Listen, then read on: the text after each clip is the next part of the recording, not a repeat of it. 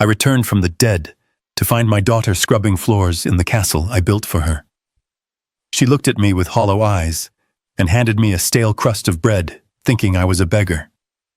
She did not know that the man standing in the rain was not a beggar, but a ghost with $800 million and a thirst for vengeance. Before I burn their world to the ground, let me tell you how it began. My name is Conrad. I am 75 years old. For the last 15 years, the world believed I was rotting in a foreign prison or buried in an unmarked grave in Angola. They were half right. I was in hell, but I clawed my way out. I survived political coups, disease, and betrayal to return to the only thing that kept me alive. My daughter Lily. The night I returned to Boston, the sky was weeping. A relentless, freezing rain battered the cobblestone streets of Beacon Hill. I stood on the sidewalk, pulling the collar of my worn coat tight against my neck. I looked up at the house, number 42.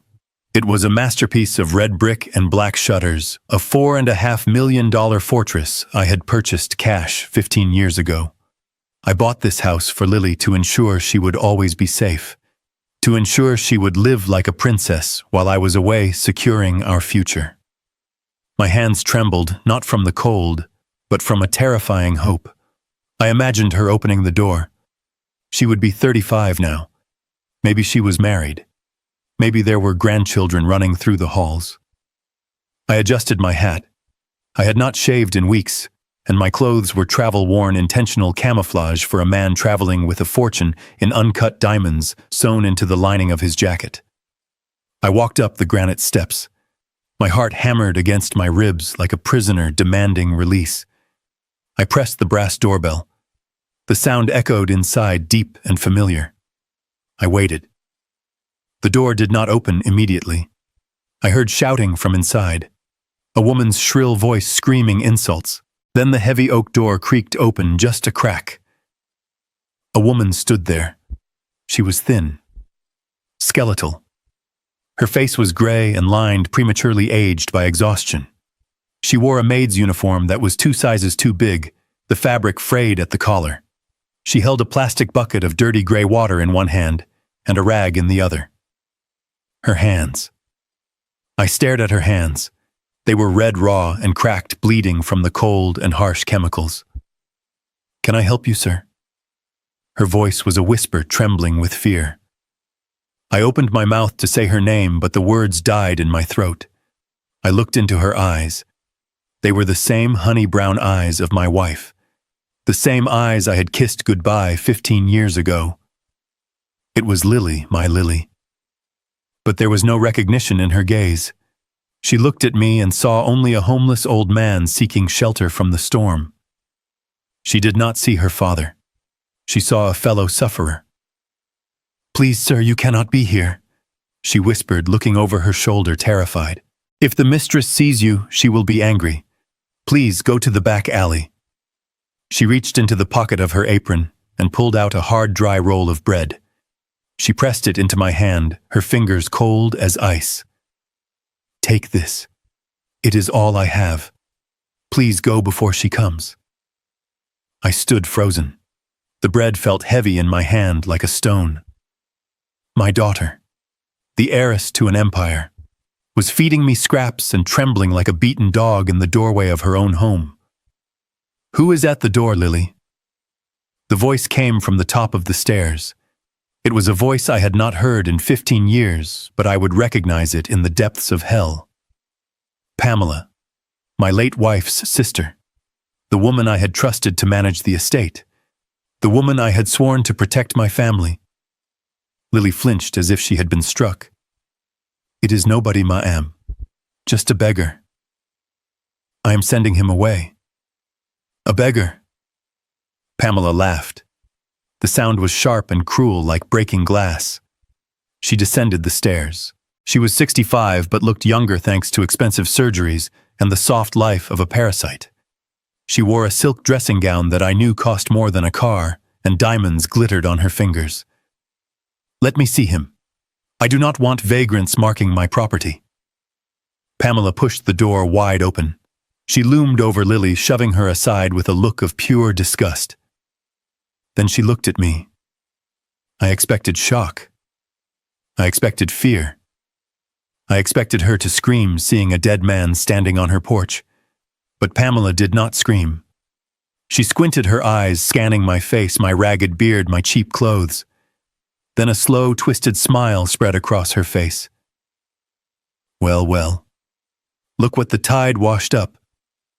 She leaned against the doorframe, crossing her arms. Conrad, I thought you would have died in a ditch by now. You know me, I said, my voice rough, unused to speaking English after so long. No, you, she scoffed. You look like a rat, Conrad. A dirty old rat. What are you doing here? Did you escape prison just to come beg at my door? I looked at Lily. She was staring at me, her hands covering her mouth, her eyes wide with confusion and horror. Father, she whispered. No. My father ran away. He is a criminal. He stole millions and left us to rot. The words hit me harder than any bullet. This was the narrative Pamela had spun. This was the poison she had fed my daughter for 15 years. Pamela laughed again, delighted by the pain on my face. See, Conrad, even your daughter knows what you are. A thief, a coward, and now a beggar. She stepped back and gestured with her hand, a mocking invitation. Come in, Conrad. Do not stand in the rain. You are dirtying my porch. Come to the kitchen. I am feeling generous today. I will give you 5 minutes before I call the police. I stepped over the threshold. I entered the house I had bought. The marble floors were polished to a shine. The chandelier I had imported from Italy sparkled overhead. But the air was stale. It smelled of expensive perfume, covering the stench of rot. Lily closed the door behind me. She would not look at me. She picked up her bucket and rag, keeping her head bowed like a servant in the presence of royalty. To the kitchen. Pamela barked, snapping her fingers at me. Use the service entrance. Do not walk on the rugs. I followed her. I walked past the living room, where a fire crackled in the hearth. I saw a man sitting there. Brandon, Pamela's son. He was 38 now. He sat with his feet up on the coffee table, drinking my vintage scotch. He didn't even look up. We went down to the kitchen. It was vast and cold. Pamela sat on a stool at the island, looking down at me. Lily stood in the corner, squeezing the rag in her red hands, waiting for orders. So, Pamela said, examining her manicure. You are alive. What a disappointment. I assume you want money. I want to know why my daughter is wearing a uniform. I said, my voice low and dangerous. I want to know why she is scrubbing floors in the house I bought for her. Pamela let out a sharp bark of laughter. You bought this house with stolen money, Conrad. And when you fled the country, the government froze everything. The debts you left behind were astronomical. Lies. I had left 0 debts. I had left millions in a trust fund. We lost everything because of you. Pamela hissed, leaning forward. I had to use my own savings to save this house. I had to raise your daughter when you abandoned her. And this is how she repays me. By working. She pointed a manicured finger at Lily. She works to pay off the debt you left Conrad. She works because she is useless for anything else. She has no education, no skills, just like her father. I looked at Lily. She was crying silently, tears tracking through the dirt on her cheeks. Is this true, Lily? I asked. She nodded her head, jerky and scared. Aunt Pamela saved us. She gave us a roof when you left us with nothing. I owe her everything. My hands clenched into fists at my sides. The rage was a physical thing, a hot iron in my chest. Pamela had not just stolen my money. She had stolen my daughter's mind. She had rewritten history, turning me into the villain and herself into the savior, while she enslaved my child. I took a breath. I forced my hands to relax. If I killed her now, I would go to prison for real, and Lily would be lost forever. I needed to be smart. I needed to be the predator, not the prey. I slumped my shoulders. I let my head hang. I adopted the posture of a defeated, broken old man. I did not know. I stammered. I lost everything, Pamela. The police in Angola, they took it all. I have nothing. I just wanted to see her. Pamela looked at me with pure contempt. Good. You are exactly where you belong. In the dirt. She reached into her purse and pulled out a money clip. She peeled off 2 $100 bills and threw them on the floor at my feet. Here, take it. Take phone. Consider it payment for disappearing. I stared at the money on the white tiles. $200. The price of a cheap dinner for her. The price of my dignity. Take it, she shouted. And then get out. If I see you near this house again, I will call the cops and tell them the fugitive has returned. Do you think anyone will believe you over me? I am a respected member of the community. You are a ghost. Lily made a small sound in the corner. Please, she whispered. Just take it and go, please. She was begging me to leave to save me. She thought she was protecting me from the police. Even now, after everything, she still had a heart. I slowly bent down. My knees cracked. I reached out and picked up the bills. I felt the humiliation burn my skin, but I held on to it. I would use this anger. I would forge it into a weapon. Thank you, I mumbled. Now get out. Pamela said, turning her back on me. Lily, show him the back door, and then scrub this floor again. He left mud everywhere. Lily led me to the service door. When we were out of Pamela's sight, she grabbed my hand. Her grip was surprisingly strong. Do not come back. She hissed, her eyes intense. She is not lying. She knows the police chief. She knows judges. They will lock you up and throw away the key. Why do you stay, Lily? I asked. Why do you let her treat you this way? She looked away, a shadow crossing her face. It is not just about me, she whispered. It is Leo. Leo. My son, she said softly. Your grandson. He is sick. He has a heart condition. Aunt Pamela pays for his medicine. If I leave, if I stop working, he dies. The final piece of the puzzle snapped into place. They were not just holding her with debt. They were holding her with a hostage. My grandson. A boy I didn't know existed. I looked at my daughter. I wanted to hold her. I wanted to tell her that I could buy this entire city block. I wanted to tell her that Leo's medicine would never be a problem again. But not yet. She was too terrified. She would not believe me. Or worse, she would inadvertently tip off Pamela. I understand, I said. I will go. I squeezed her hand one last time. I watched her close the door, watched the lock click shut. I stood alone in the alley. The rain soaked through my coat, but I didn't feel it. I reached into my pocket. Not for the $200, but for the small black device I had palmed from my pocket and stuck under the lip of the kitchen island while I was bending down to pick up the money. A military-grade listening device. I walked to the end of the alley. A black sedan pulled up to the curb. The window rolled down. Mr. Hartman, my lawyer. He looked at me, his face grim. Get in, Conrad, he said. I climbed into the warm leather interior of the car. I peeled off the fake beard and wiped the rain from my face. Did you see her? Hartman asked. I saw her, I said, my voice ice cold.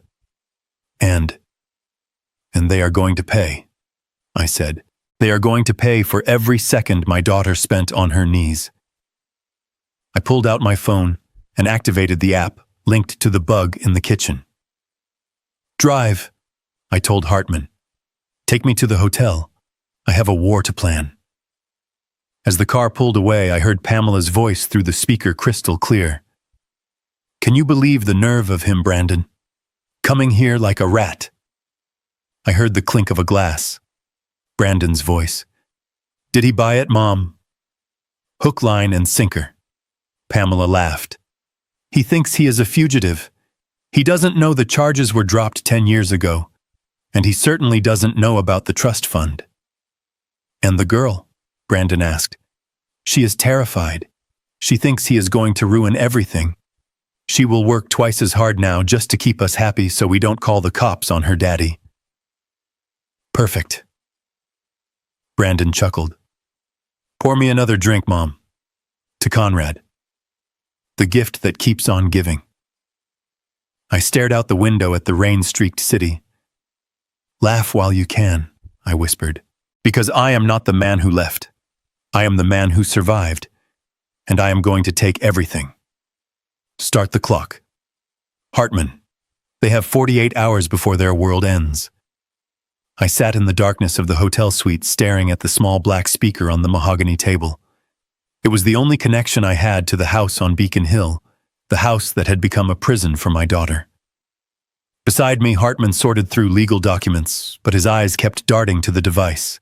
We were waiting for evidence. We were waiting for a slip-up. What we got was a window into hell. The audio feed crackled. I heard the distinct sound of heavy footsteps on the marble floor. It was Brandon. I recognized his gait even through the audio feed, heavy and arrogant. Then I heard a door open and the soft, terrified voice of my daughter. Brandon, please. Lily's voice was shaking so hard it barely registered as human. It sounded like a wounded animal. I need the money for the pharmacy. Leo is wheezing again. The inhaler is empty. I leaned forward, my hands gripping the edge of the table until my knuckles turned white. Leo. My grandson. The boy I had never met. The boy whose life hung by a thread held by these monsters. I heard the clink of a bottle against a glass.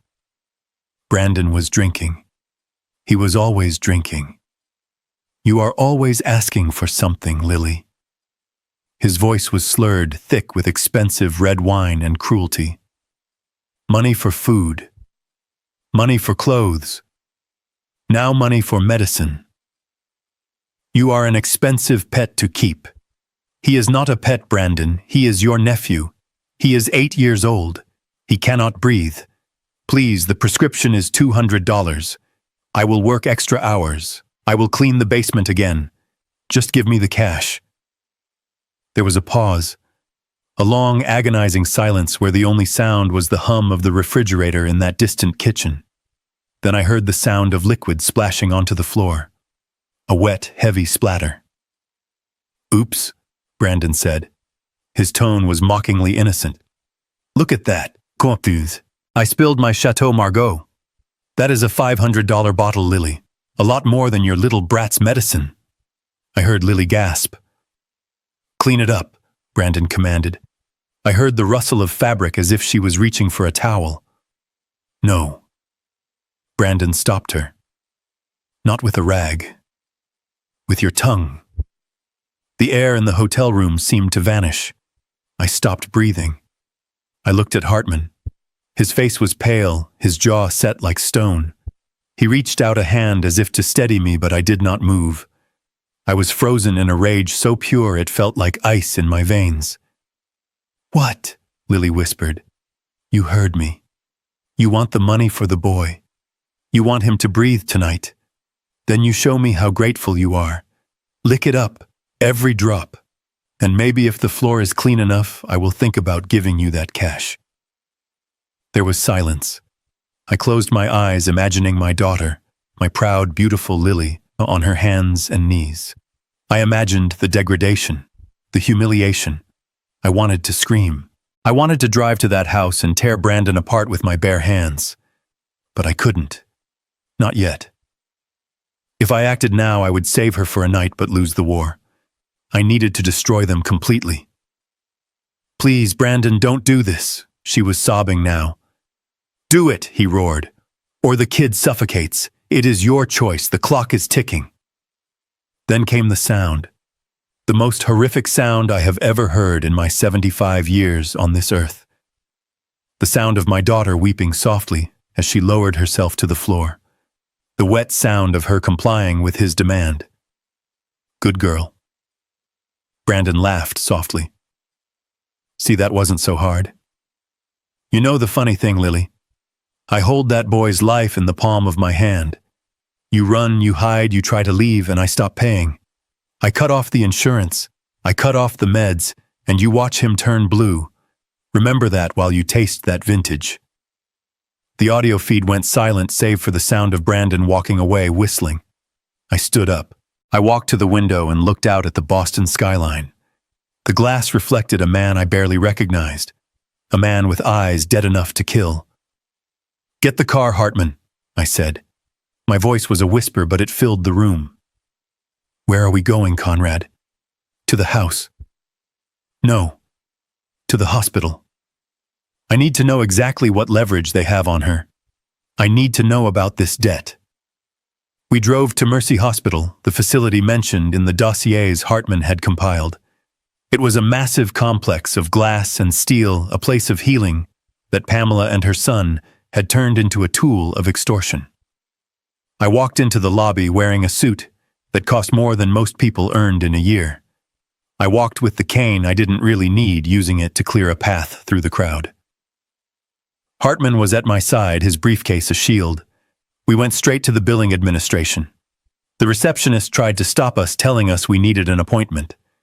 Hartman placed a business card on the desk. It was heavy cardstock, embossed with gold. My client wishes to speak with the director of billing regarding the account of Leo Vance. Immediately. Or we will be speaking with the board of directors about your compliance violations. 5 minutes later, we were sitting in a plush office across from a nervous-looking administrator named Mr. Henderson. He looked at me, then at Hartman, then back at me. He could smell the money. He could smell the danger. Mr. Conrad, he said, wiping sweat from his forehead. I was not aware you were back in the country. We have not seen you in 15 years, I cut him off. Let us skip the pleasantries. My daughter Lily believes she owes this hospital $2 million for the care of my grandson Leo. She believes she is drowning in debt. I want to see the ledger. Henderson looked confused. He tapped on his keyboard, his brow furrowing. $2 million. That is impossible, sir. Show me, I demanded. He turned the screen. I leaned in my eyes, scanning the columns of numbers. I saw the treatments, the surgeries, the specialized cardiac care. Leo had been a sick boy since birth. The costs were astronomical. But then I looked at the column on the right. The column marked balance due. It was 0. I stared at the number. 0, explain, I said. Mr. Conrad, Henderson said, his voice trembling slightly. You set up the Emerald Trust 20 years ago before you left. It was an irrevocable trust designed to cover all medical and educational expenses for any of your direct descendants. The trust pays the bills automatically. It has been paying for Leo's care since the day he was born. There is no debt. There never was. I felt the room spin. The trust. I had forgotten the specific clauses I had written into it decades ago, a failsafe I had created in case I died overseas. I had protected them and I didn't even know it.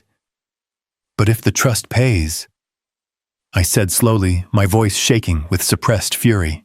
Why does my daughter think she owes you millions? Why does she work as a slave to pay a debt that does not exist? Henderson clicked a few more keys. He pulled up a correspondence log. We send monthly statements, sir. Addressed to Lily at the Beacon Hill residence. Confirming payment. Confirming 0 balance. Who signs for them? I asked. He opened a digital file. Scanned images of certified mail receipts appeared on the screen. I looked at the signature. It was a scrawl I knew well. It wasn't Lily's. It was Pamela's. Every month for 8 years, Pamela had signed for the letters. She had intercepted the good news. She had taken the statements showing a 0 balance and shredded them. And then she and Brandon had forged new bills. They had created fake invoices with terrifying red ink and stamping them with overdue and final notice. They had created a paper monster to terrify a young mother. They let her believe her son was dying and that she was the only thing standing between him and the street. They let her scrub floors and lick wine off tiles to pay a debt that I had already paid 20 years ago. "Can I see him?" I asked Henderson. "Is he here now?" "He is in the pediatric wing. Routine observation for his breathing. He is stable thanks to the treatments." "Take me to him." We walked through the sterile corridors. The smell of antiseptic filled my nose. We reached room 304. I stopped at the observation window. Inside, a small boy was sitting up in bed. He had tubes in his nose and a monitor clipped to his finger. He was pale and small for his age, his chest rising and falling with a labored rhythm. He was reading a book about dinosaurs. He looked exactly like me at that age. The same stubborn jaw, the same dark hair. I pressed my hand against the glass. This was my blood.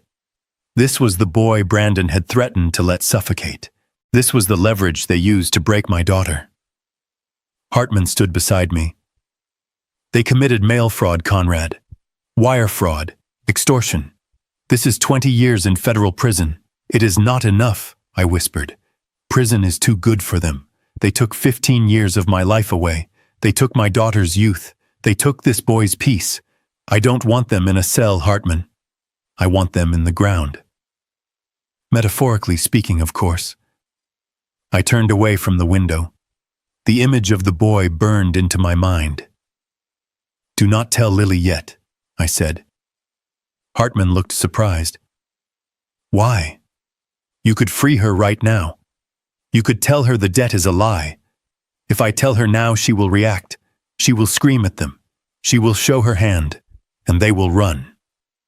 Or worse, they will hurt her before we can stop them. They still have physical control of the house. They still have access to her." I walked toward the exit, my cane clicking rhythmically on the linoleum. I need them to feel safe. I need them to think they have won. I need Pamela to sign that contract selling the house, because once she signs, she commits a crime that cannot be undone. She claims ownership of something that isn't hers. "And the boy?" Hartman asked. "Hire private security," I said. "Round the clock. If Brandon or Pamela step one foot into this hospital, if they even look at this boy wrong, I want them stopped. But be discreet. Lily must not know. Not until tomorrow." We walked out into the rain. The city lights blurred in the mist. I felt lighter than I had in years. The mystery was gone. The power dynamic had shifted. They thought they held the keys to the kingdom, but they were just squatters in a house of cards. I pulled out my phone and looked at the photo of Brandon I had taken from the surveillance feed. The man who made my daughter lick the floor. "Enjoy your wine, Brandon," I said to the screen. "Drink deep, because tomorrow you are going to choke on it." I got into the car. "Hartman, get the forger ready, and call the contacts at the IRS. It is time to introduce Pamela to the consequences of her lifestyle." We drove away, leaving the hospital behind, but taking the truth with us. The debt was a lie. The slavery was a scam. And the reckoning was coming faster than they could ever imagine. I closed my eyes, and for the first time in 15 years, I allowed myself to smile. It was a cold, terrible smile. The smile of a man who holds the axe and is just waiting for the neck to be exposed. I stood before the glass doors of the law firm that once represented my empire.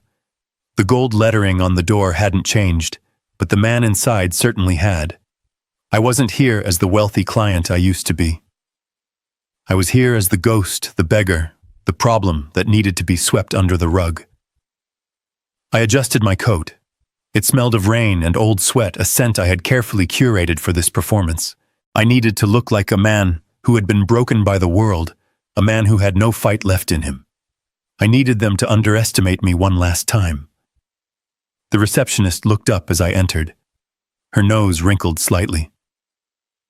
"Deliveries are in the back," she said, without looking me in the eye. I am here to see Mr. Clive. I rasped. Tell him Conrad is here. Tell him the dead man has returned. Her eyes went wide. She picked up the phone, whispering frantically. A moment later, the double doors swung open. A man walked out. He was fat now, balding, wearing a suit that strained against his gut. Clive.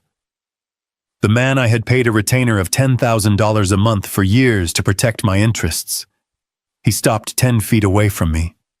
He didn't look scared. He looked annoyed, like I was a stain on his expensive carpet. Conrad, he said. I heard rumors. I didn't think they were true. I need help, Clive, I said, letting my voice crack. I have nowhere to go, Pamela. She threw me out. You were my lawyer. You have to help me. He laughed, a short, dry bark. Come in, but don't touch anything.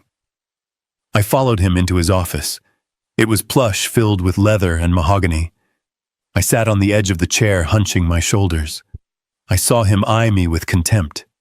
He sat behind his massive desk, steepling his fingers. Help you? He asked. With what? You are a fugitive, Conrad. You are lucky I don't call the feds right now. I just want my pension, I pleaded. I just want access to my old accounts. Just enough to get a small apartment. Maybe help Lily. Clive leaned back, a cruel smile playing on his lips. He opened a drawer and pulled out a cigar, taking his time to light it. He blew smoke toward the ceiling, savoring his power over the man who used to sign his paychecks. There are no accounts, Conrad, he said softly. And there is no pension. You see, legally speaking, you don't exist. I looked at him, feigning confusion. What do you mean? 5 years ago, Clive said, examining the ash of his cigar. We petitioned the court. Absentia for 10 years. Presumed dead. We had a nice little funeral for you. Closed casket, obviously. Dead, I whispered. But I am here. On paper you are dust, he said. And when a man dies, his assets transfer. The house on Beacon Hill. It transferred to your next of kin. But since Lily was incapacitated by grief and financial incompetence, Pamela graciously stepped in as trustee. We transferred the deed to her name to protect the asset. To protect it, I repeated. You gave my house to her. We saved it. He corrected. From the government. From creditors. From your daughter who would have spent it all on... Well, she is not exactly bright, is she? Pamela is the owner now, legal and binding. I stared at him. He was confessing to fraud. He was admitting that he had forged documents to steal my estate while I was rotting in a cell. He felt safe telling me this because he thought I was a penniless old man with no resources to fight him. But that is fraud, I said, my voice trembling. That is my house.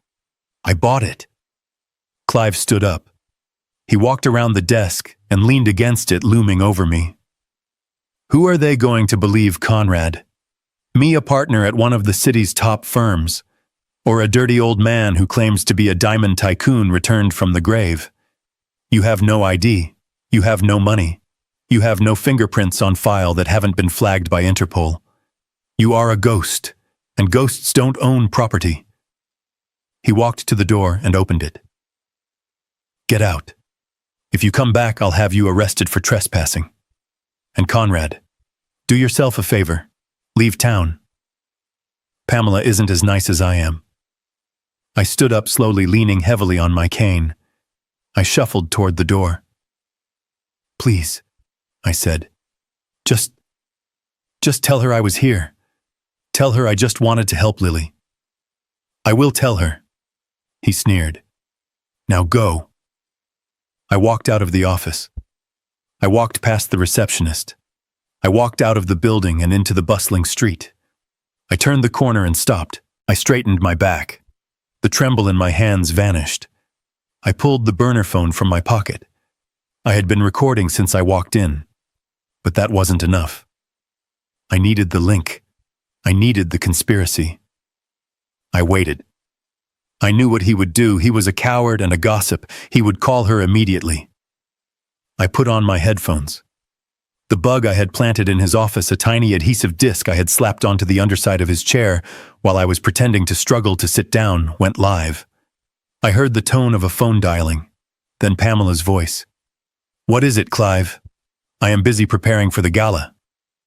"He was here," Clive said. His voice was no longer arrogant. It was nervous.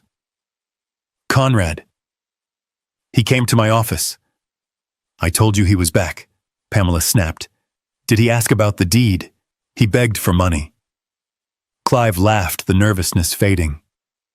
"He looks terrible, Pam. Like a homeless bum. He has no idea about the trust or the transfer. I told him he was legally dead. You should have seen his face. Did he threaten legal action? With what money?" Clive scoffed. "He can't even afford a shave, let alone a retainer. Don't worry. The paperwork is ironclad. I forged the death certificate myself, remember. The coroner owes me. And the transfer of the deed. Your signature on the power of attorney looked better than his real one." "Good," Pamela said. "He is just a nuisance. But keep an eye on him. If he gets too close to the gala, have security remove him. I don't want him upsetting the donors. Relax. He is broken. He is walking away with his tail between his legs. We won, Pam. The house is yours, the money is yours, and the girl, well, she isn't going anywhere. She better not." Pamela hissed. "I need her to serve the champagne tonight. Make sure the paperwork for the sale is ready for tomorrow. Once we get that cash buyer, we take the money and disappear before anyone asks too many questions. The papers are ready. Just get the girl to sign the waiver. Threaten the kid again if you have to. Done."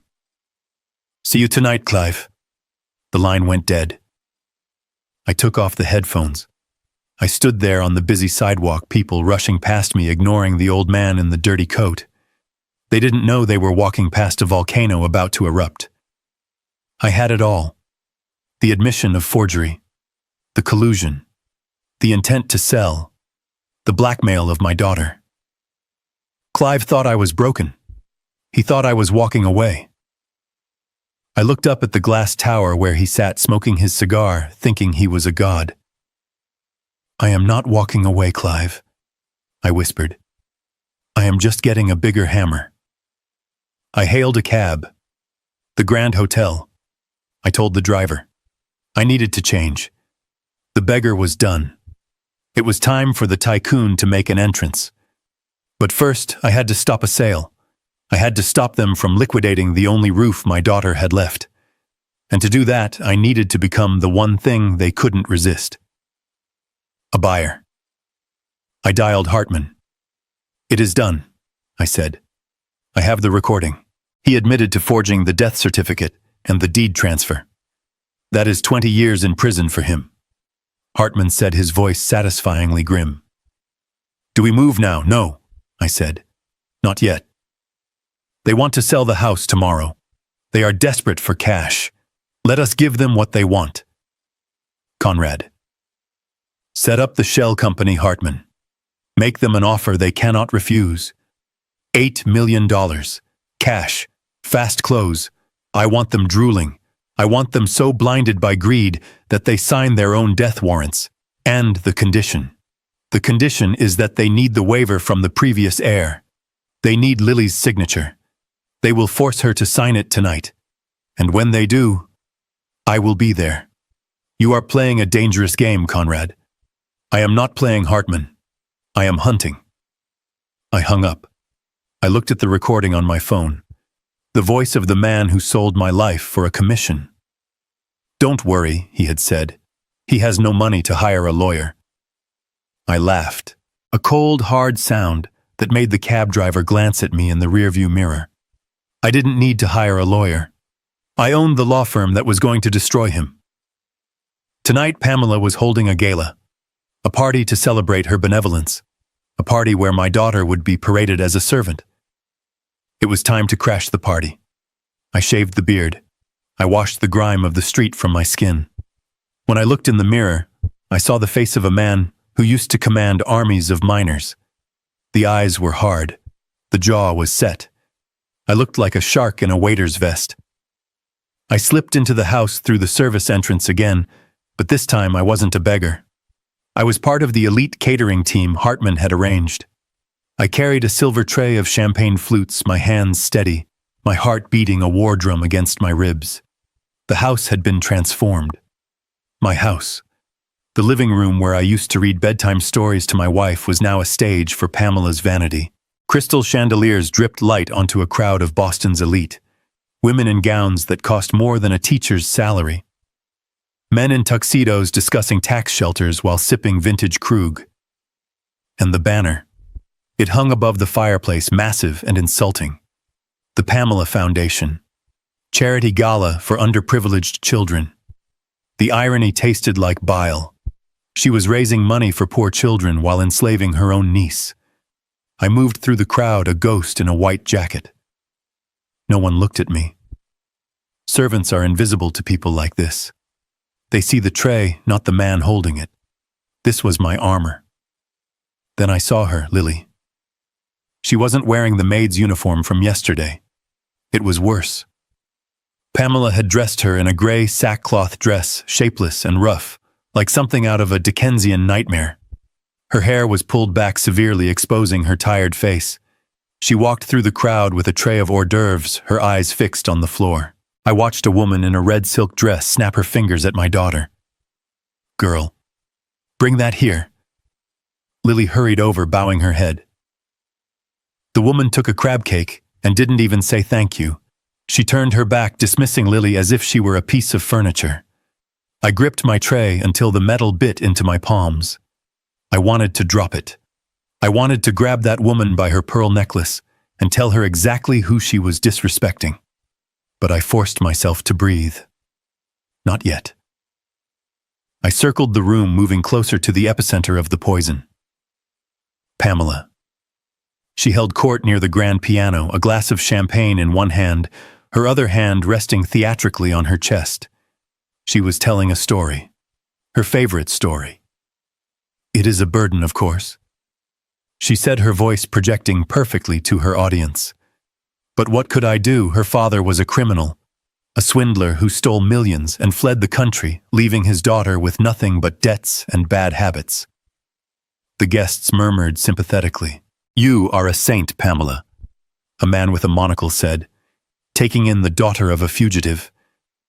Most people would have turned her away. I couldn't do that.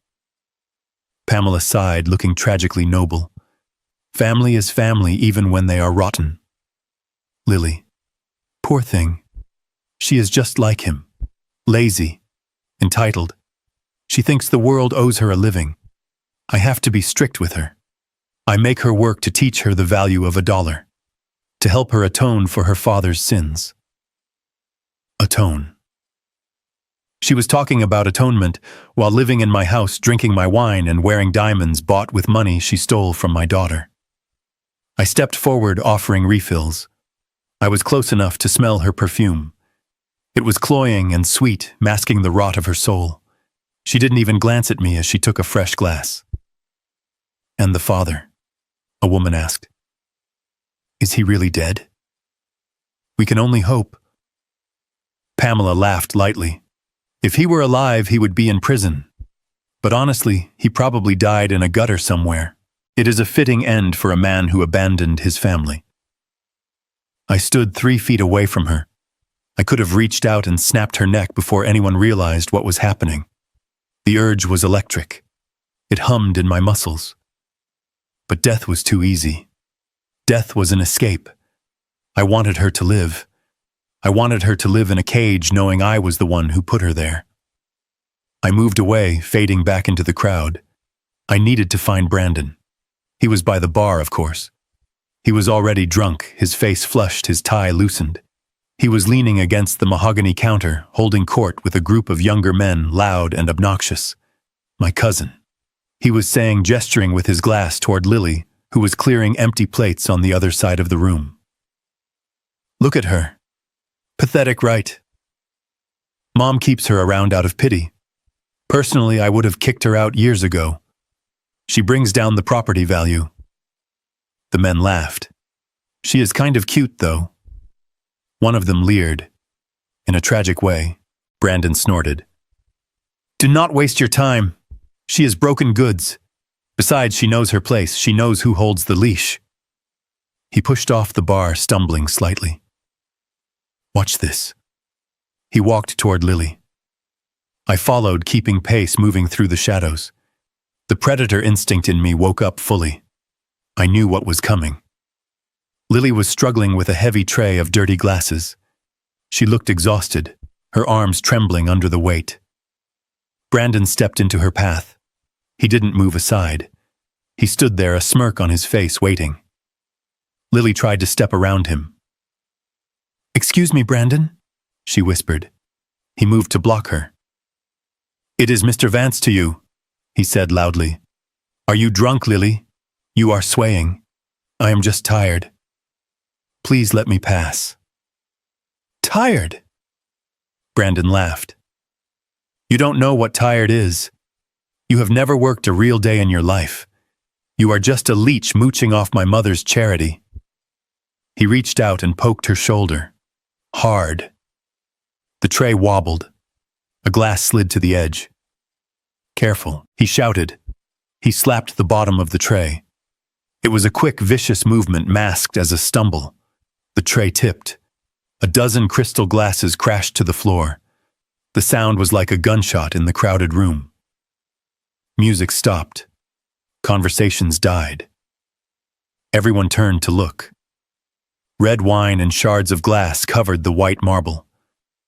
Brandon jumped back, feigning outrage. "Look what you did," he screamed. "You clumsy idiot! That is Italian crystal!" Lily dropped to her knees. "I am sorry. I am so sorry." It slipped. "I will clean it up." She began picking up the jagged pieces of glass with her bare hands. She was shaking so hard she cut herself immediately. Blood welled up on her finger, mixing with the wine. "You are damn right you will clean it up," Brandon yelled. "But not before you apologize to my guests for ruining the mood."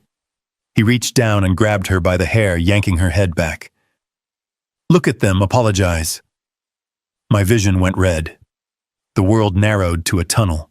At the end of that tunnel was Brandon's hand in my daughter's hair. I took a step forward. My hand went to the steak knife on a nearby table. I was going to kill him. I was going to drive that blade into his throat right here in front of everyone. Consequences be damned. But then I saw Lily's eyes. She wasn't looking at Brandon. She was looking past him. She was looking at the guests, pleading, begging for someone, anyone, to help her. I looked at the crowd. Hundreds of people. The city's elite. Judges, doctors, philanthropists, people who claimed to care about the poor. Not one of them moved. They watched. Some looked away, uncomfortable. Others watched with morbid curiosity, sipping their drinks. But nobody stepped in. Nobody said a word. They were complicit. Their silence was a stamp of approval on Pamela's narrative. To them, Lily wasn't a victim. She was a bad servant who deserved correction. That silence hurt more than the slap that followed. Brandon raised his hand. The sound of his palm striking her cheek echoed through the silent room. It was a wet, meaty sound. Lily fell back onto the glass. She cried out a sharp sound of pain. Pamela appeared from the crowd. She didn't rush to help her niece. She rushed to her son. "Brandon, darling, are you hurt? Did she cut you?" "She spilled wine on my shoes, Mom." Brandon whined, pointing at a microscopic spot on his leather loafers. Pamela turned on Lily. Her face was a mask of cold fury. "You useless girl! Get up! Get out of my sight! You have ruined my evening!" Lily scrambled to her feet. She was bleeding from her hand, and her cheek was already swelling. She held her arm close to her body, running toward the kitchen, tears streaming down her face. Pamela turned to the guests, clapping her hands and forcing a smile. "I am so sorry, everyone. It is so hard to find good help these days, especially when you are doing it as a favor. Please enjoy the dessert." The music started again. The conversation resumed. The incident was forgotten, a minor disruption in their night of self-congratulation. I stood there, my hand still hovering over the knife. My heart was pounding a slow, heavy rhythm. Kill him. A voice in my head screamed. Kill them all. I took a breath. I let it out slowly. If I acted now, I would be the violent criminal they claimed I was. I would be arrested. And Lily would still be bound by the lies, by the fake debt, by the fear for her son. Brandon would heal. Pamela would play the victim, and nothing would change. I needed to cut the head off the snake. I needed the signature. I needed Pamela to sign the contract selling the house. I needed her to commit the ultimate fraud. I needed her to sell something she didn't own so I could crush her with the full weight of the law. I turned away from the spot where my daughter had bled. I walked to the kitchen. Lily was at the sink washing the blood off her hands. She was sobbing quietly, her shoulders shaking. I walked up to her. I didn't touch her. I couldn't risk being seen comforting her. I took a clean napkin from a stack. I placed it on the counter next to her. She looked up, her eyes were swollen. She didn't recognize me in the uniform without the beard. She just saw a waiter. "Thank you," she whispered. I leaned in close, pretending to stack plates. "Endure," I whispered. "Just for tonight." She froze, looking at me. She sensed something, a familiarity in the voice. "Tomorrow," I said. "The sun rises." I turned and walked out the back door before she could ask questions, before I could break down and hug her. I stood in the alleyway, ripping the bow tie from my neck. I punched the brick wall. The pain in my knuckles felt good. It was grounding. I pulled out my phone. My hand was shaking with adrenaline. "Hartman," I said when he answered. "Did you see it?" he asked. He had been monitoring the cameras we planted. "I saw it." She signed the waiver, Conrad. Hartman said, his voice urgent, while she was in the kitchen. Brandon made her sign the document relinquishing her claim to the estate. He told her if she didn't sign, he would go to the hospital tonight and pull the plug on the boy's machine. I closed my eyes. They had forced her hand. They had the waiver.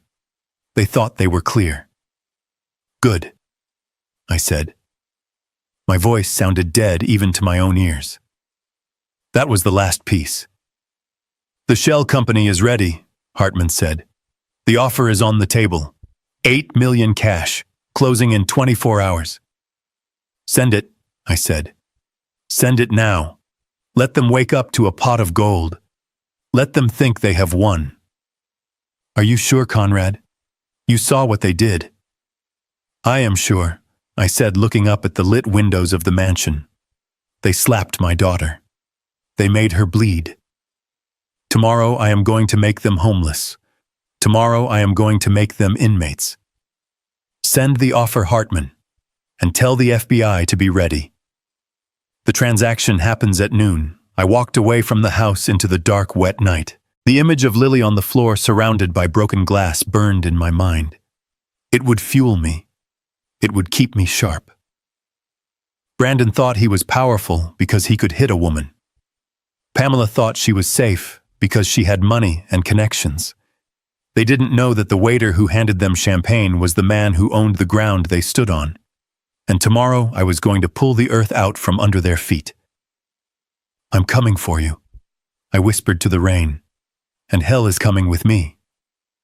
The morning sun hit the windows of the Beacon Hill mansion, but it did not cleanse the rot inside. From my hotel suite, I watched the monitors. The house was a wreck. The aftermath of the gala lay scattered across the floors like the bones of a feast. Broken glass, stained napkins, and the lingering smell of stale ambition. Pamela sat at the kitchen island, nursing a coffee and a migraine.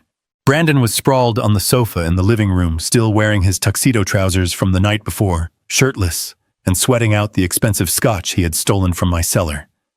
They looked miserable. They looked broke.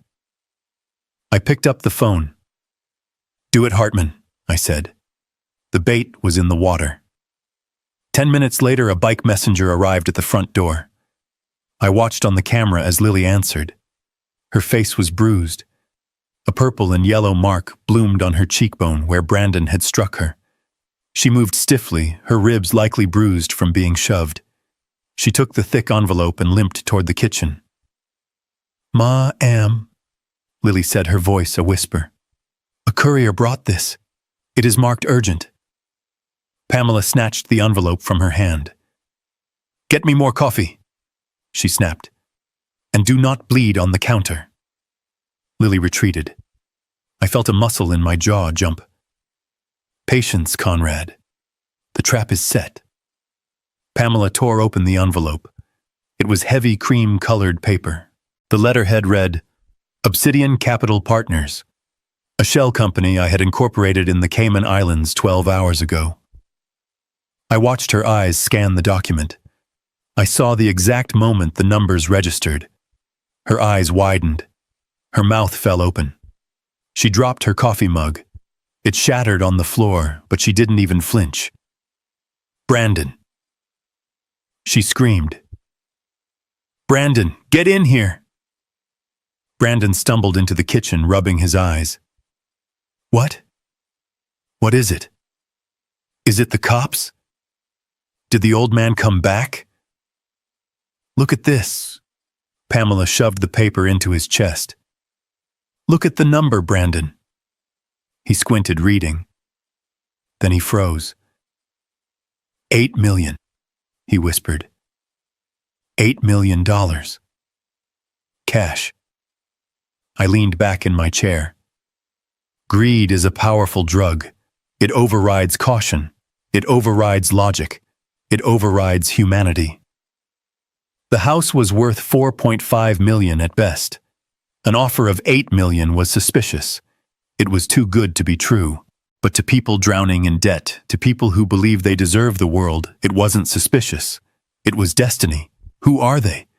Brandon asked, his voice trembling with excitement. "Some investment firm," Pamela said, reading frantically.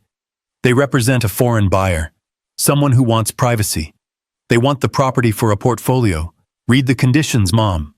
Pamela flipped the page. "Cash offer? No inspection required. As is condition, closing in 48 hours. 48 hours, Brandon shouted. "We could be out of here by Friday. We could be rich. I could pay off the loan sharks. I could buy a Ferrari. Mom, we have to sign. We have to sign right now." I watched them dance around the kitchen. They hugged, they laughed, they stepped over the shattered coffee mug and the spilled liquid, completely ignoring the mess. They were celebrating a victory that was actually their execution warrant. "Call the number," Brandon urged. "Call them now before they change their minds." Pamela dialed the number printed on the letterhead. It rang on a burner phone sitting on the desk next to me in the hotel room, but Hartman answered it from his office downtown. Obsidian Capital. Hartman's voice was smooth, professional, and utterly indifferent. "Yes, hello." Pamela's voice was high-pitched, breathless. "This is Pamela Vance. I am the owner of the property on Beacon Hill. I received your offer." "Ah, yes, Mrs. Vance," Hartman said. "My client is very eager. He is a man who knows what he wants. He loves the historic architecture. He is willing to pay a premium for a quick transaction." "We accept." Pamela blurted out. "We accept the offer. When can we get the check?" Hartman paused. The silence stretched out, making them sweat. "Excellent. However, Mrs. Vance, our due diligence team has flagged a minor issue with the title." I saw Pamela stiffen. "What issue?" "The title is in my name." "Indeed. But the chain of title from the previous owner, your brother-in-law, it was a transfer based on a presumption of death. My client is very particular about clean titles. He does not want any future claimants popping up. He requires a quitclaim deed, a waiver of all rights and inheritance signed by the direct heir." "The heir," Pamela whispered. "The daughter," Hartman said. Lily Vance, we need her signature on a document stating she renounces any and all claims to the property and the estate. Once we have that signature notarized along with yours, we can wire the funds. Without it, well, my client will move on to the next property on his list. You have 24 hours. He hung up. I watched the color drain from Pamela's face. She looked at Brandon. They need Lily to sign, she said. They need her to waive her inheritance. Brandon laughed, but it was a nervous, jagged sound. So, make her sign. She does whatever we tell her. She is a slave mom. She will sign. She knows this house was her father's, Pamela said, pacing the kitchen. She thinks we saved it, but if she sees an $8 million sale, if she realizes what she is signing away, she won't realize anything. Brandon grabbed a steak knife from the block. He tested the edge with his thumb. We don't ask her mom. We tell her. And if she says no, we use the leverage. I knew what that meant. I felt a cold stone settle in my stomach. Get her, Pamela ordered. Brandon stormed out of the kitchen. I switched camera views. I watched him march up the stairs to the small attic room where Lily slept. He kicked the door open. Lily was sitting on her narrow cot, holding an ice pack to her cheek.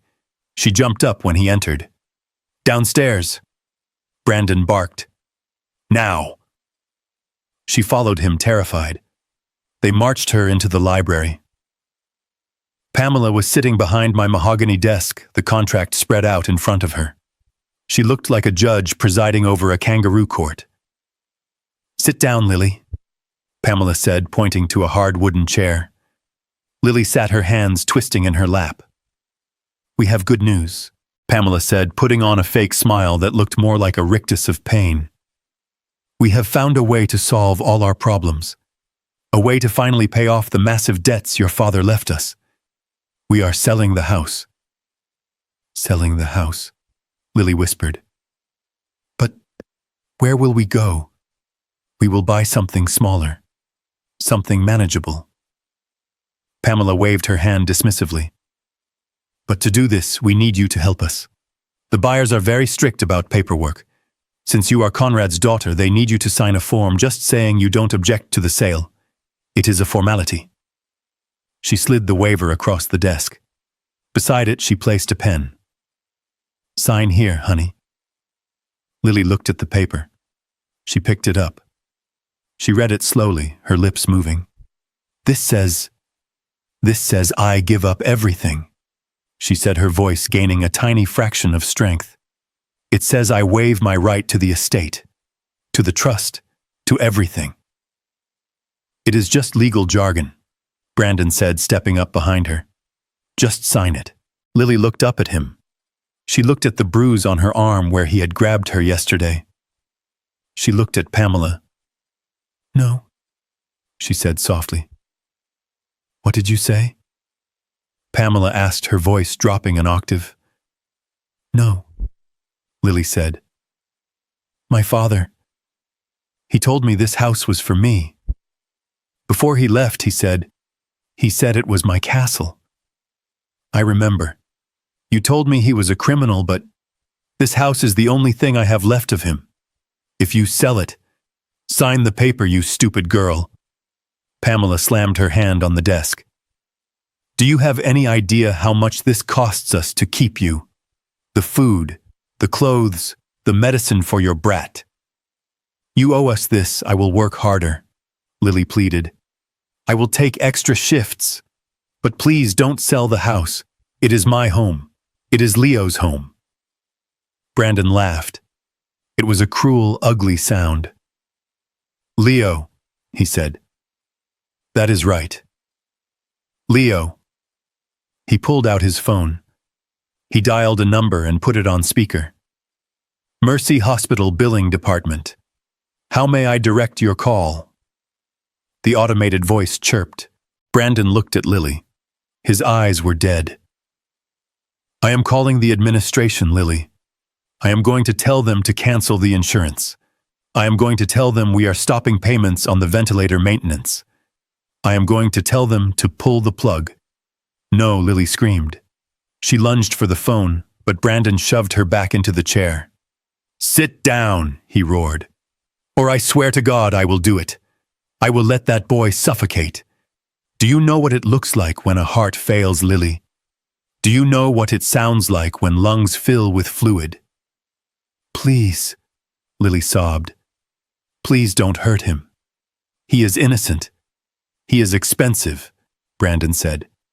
And I am done paying for him unless you make it worth my while. He tapped the paper on the desk with the knife. Sign the paper. And the boy lives. Sign the paper and we keep paying the doctors. Refuse. And you can plan a funeral for a child. I watched from the hotel room. I was standing now, my fists clenched so tight my fingernails cut into my palms. This was the moment. This was the depth of their depravity. They were holding a gun to a child's head to get a payday. I wanted to burst through the door. I wanted to end it. But I couldn't. Not yet. The waiver needed to be signed. It was the trap. If she signed it under duress, it proved extortion. It proved coercion. It proved they were willing to kill for this money. But more importantly, once Pamela countersigned it and presented it to the buyer, she committed fraud on a massive scale. She would be selling something she knew she had stolen using a signature she had extorted. It was the final nail in her coffin. Sign it, Lily. I whispered to the screen. Sign it and save your son. I will save you both. Lily was shaking violently. She looked at the phone in Brandon's hand. She looked at Pamela's cold, expectant face. You promise, she whispered. You promise you won't stop his medicine. I promise, Pamela said. Just sign the damn paper. Lily picked up the pen. Her hand trembled so much she could barely hold it. She touched the tip to the paper. Tears fell from her eyes, blotting the ink. I am sorry, Daddy, she whispered. I am so sorry. She signed. She scratched her name across the line, signing away her birthright, signing away her home, signing away her dignity to save her son. Done. Brandon snatched the paper away. See? That wasn't so hard. Get out of my sight, Pamela hissed. Go to the cellar. The cellar? Lily asked. We have buyers coming tomorrow, Pamela said. I don't want them seeing you. You look like a wreck. Go to the wine cellar and stay there. I will lock the door. You can come out when the money is in the bank, but... Leo, I need to go to the hospital. You will go nowhere. Brandon grabbed her arm. You stay in the cellar.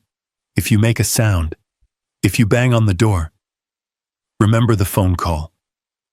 They dragged her out of the library. I watched on the hallway cameras as they shoved her down the narrow stairs to the basement. I heard the heavy click of the deadbolt sliding home. Pamela and Brandon returned to the kitchen. They poured champagne. We did it, Brandon said, raising his glass. We are rich. Pamela took the signed waiver and kissed it. $8 million, she purred. And the best part is we finally get rid of the girl. Once the house is sold, we put her on a bus to nowhere. Let her figure out how to pay for the kid then. They clinked glasses. I turned off the monitor. The silence in the hotel room was heavy. They thought they had won. They thought they had secured their future. They had just signed their confessions. I picked up my coat. I picked up the cane. Hartman, I said into the phone. The document is signed. They locked her in the cellar. Shall I call the police? Hartman asked. No, I said. Tonight I am going to the house. I am going to see my daughter. And tomorrow we close the deal. I walked to the elevator. The rage was gone, replaced by a cold, mechanical precision. They wanted to sell the house. Fine. I would buy it. and the price would be their lives.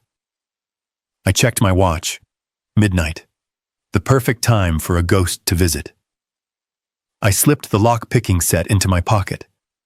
The cellar door was old wood. It wouldn't hold me. Hang on, Lily, I thought as I stepped out into the night. Daddy is coming home. And this time I am not knocking.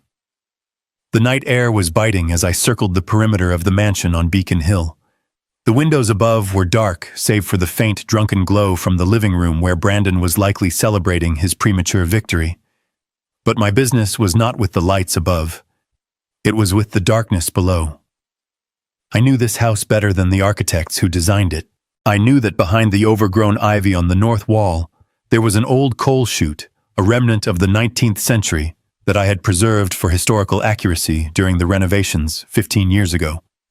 It led directly to the sub-basement adjacent to the wine cellar.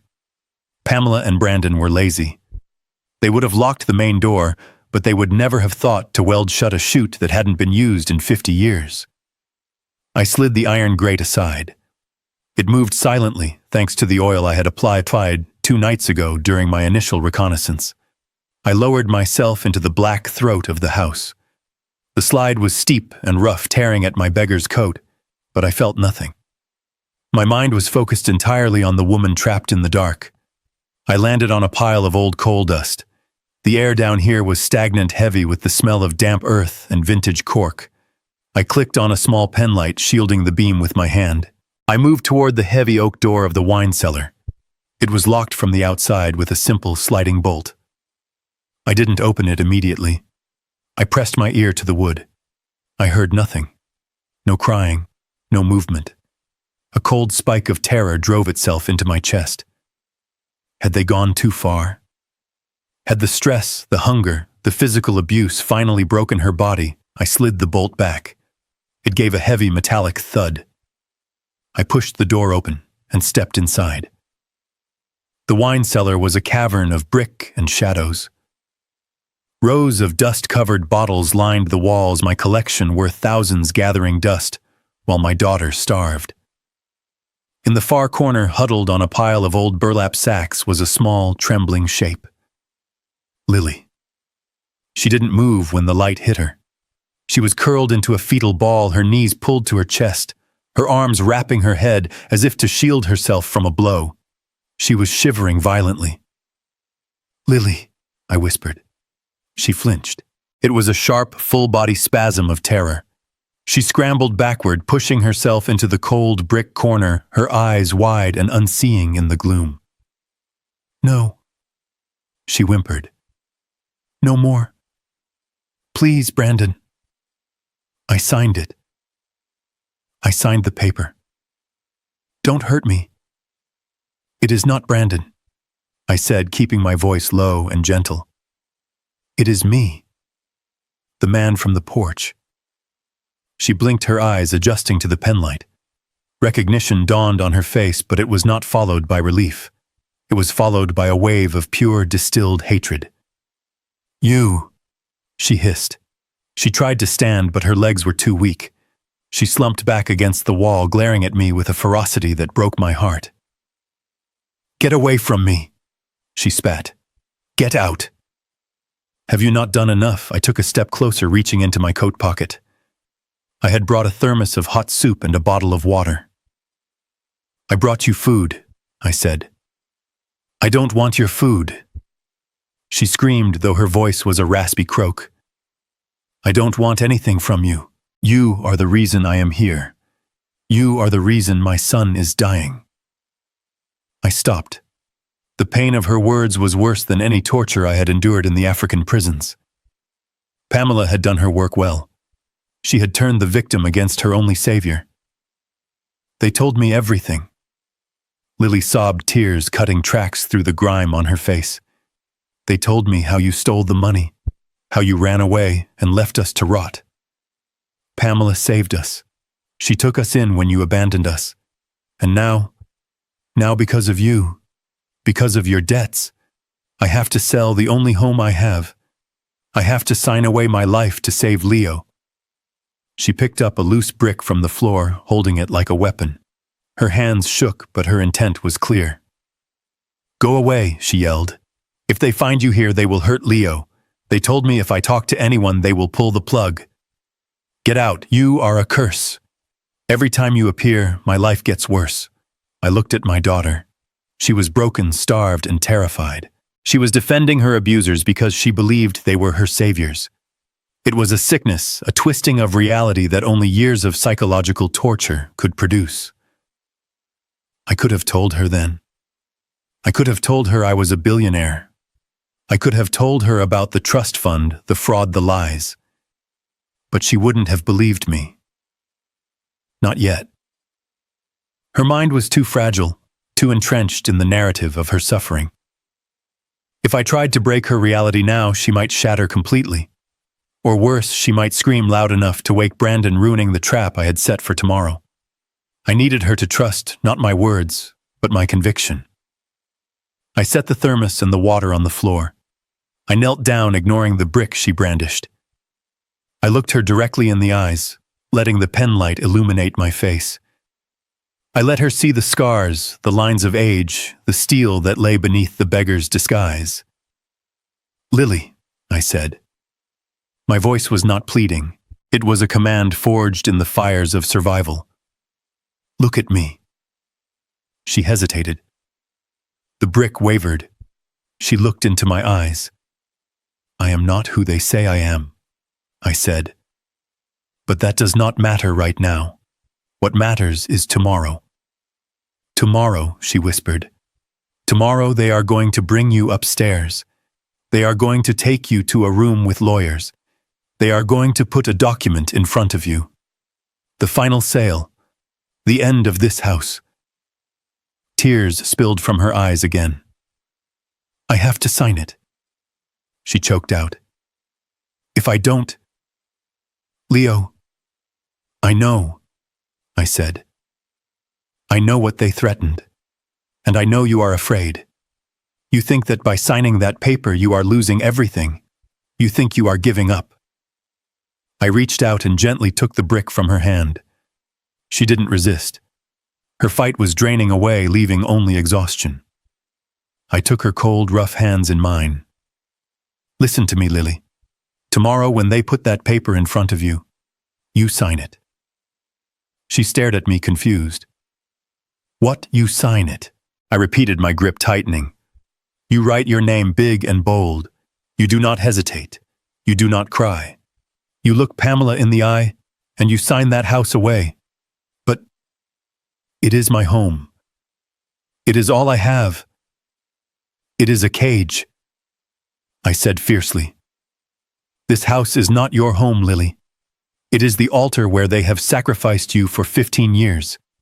You need to let it burn." I leaned closer, my eyes locking onto hers with an intensity that made her stop breathing.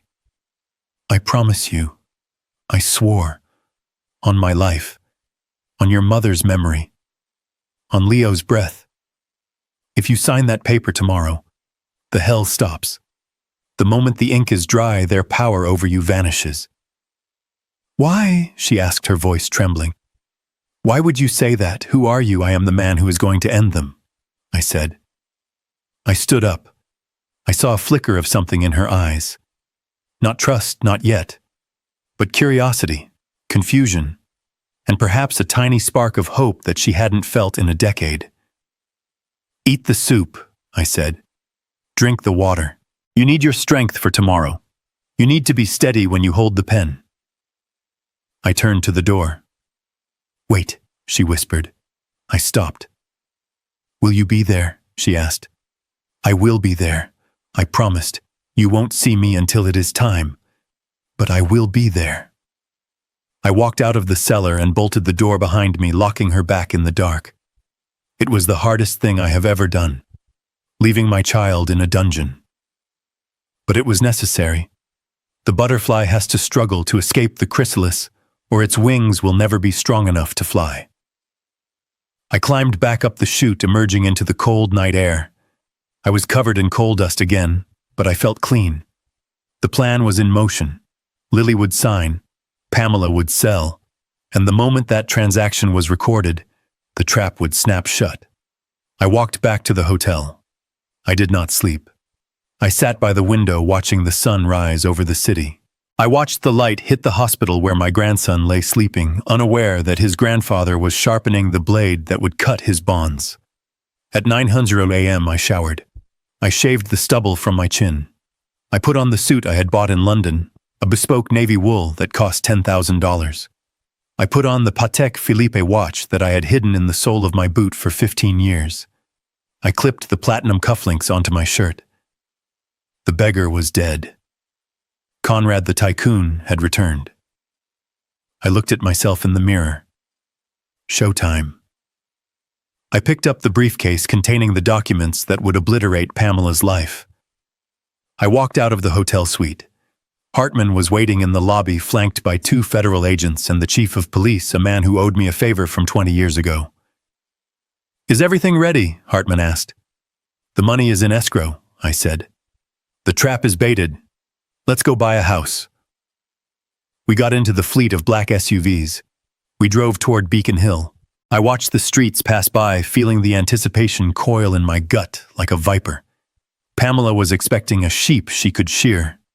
She was expecting a nameless investor she could trick. She was about to open the door to the wolf. The conference room on the 45th floor of the Prudential Tower was a temple dedicated to avarice. From the floor to ceiling windows, one could see the entire city of Boston spread out like a map of conquests. The table was a slab of polished black granite, long enough to land a plane on, and sitting around it were 3 vultures waiting for a carcass. I watched them from the security feed on my phone, standing just outside the double mahogany doors. Pamela was vibrating with nervous energy, checking her reflection in a compact mirror, applying another layer of red lipstick to a mouth that had spoken nothing but lies for 15 years. She wore a Chanel suit that I knew she had charged to a credit card opened in my name. Brandon sat next to her, spinning a Mont Blanc pen between his fingers. He looked hungover, his eyes bloodshot, but bright with greed.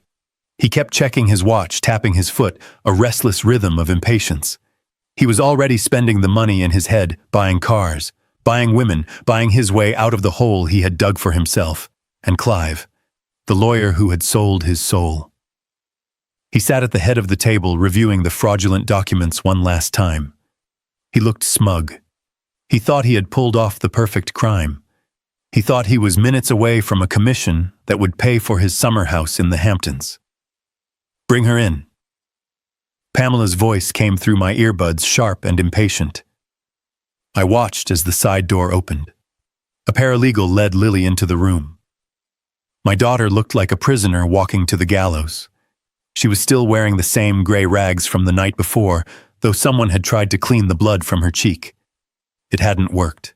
The bruise was blooming dark and angry against her pale skin. She walked with a limp, her head bowed, her spirit crushed. She didn't look at the view. She didn't look at the expensive furniture. She looked at the floor, terrified to make eye contact with the people who held her leash. "Sit." Brandon barked, pointing to a chair set slightly apart from the table like the accused in a tribunal. Lily sat. She folded her hands in her lap. Her knuckles were white. "Here is the pen," Clive said, sliding a document across the granite. "You know what this is, Lily. We discussed it. This is the quitclaim deed and the waiver of inheritance. By signing this, you acknowledge that you have no claim to the property on Beacon Hill or any assets associated with the estate of Conrad Vance. You are signing this voluntarily and without duress." He said the words, quickly rushing through the legal formalities like a priest trying to finish a funeral before it rained. Lily looked at the paper. Her hands were shaking so bad I thought she might drop the pen. "Is Leo okay?" she whispered. Her voice was barely audible. "He is fine," Brandon said, leaning forward. "I called the hospital this morning. They are waiting for the payment. You sign, we pay. You don't sign, well, you know the drill. It was a lie. A beautiful, terrible lie. Leo was fine because I had guards posted at his door, and the hospital administration was currently being interviewed by federal agents. But Lily didn't know that. She believed the monster in front of her held the keys to life and death. "Just sign it, you stupid girl," Pamela hissed. "Do not waste our time. The buyers will be here any minute. We need this done before they walk through that door." Lily picked up the pen. I saw a tear fall from her eye. It hit the granite table with a silent splash. "I am sorry, Dad," she whispered again, just like she had in the library. She wasn't speaking to me, the man outside the door. She was speaking to the memory of the father she thought had abandoned her. She was apologizing for giving up his legacy. She pressed the pen to the paper. She signed. The scratch of the nib against the parchment sounded like a scream in the silence of the room. She signed her name, surrendering her birthright, surrendering her home, surrendering everything because she was a mother who loved her son more than she loved herself. Done. Clive snatched the paper away before the ink was even dry.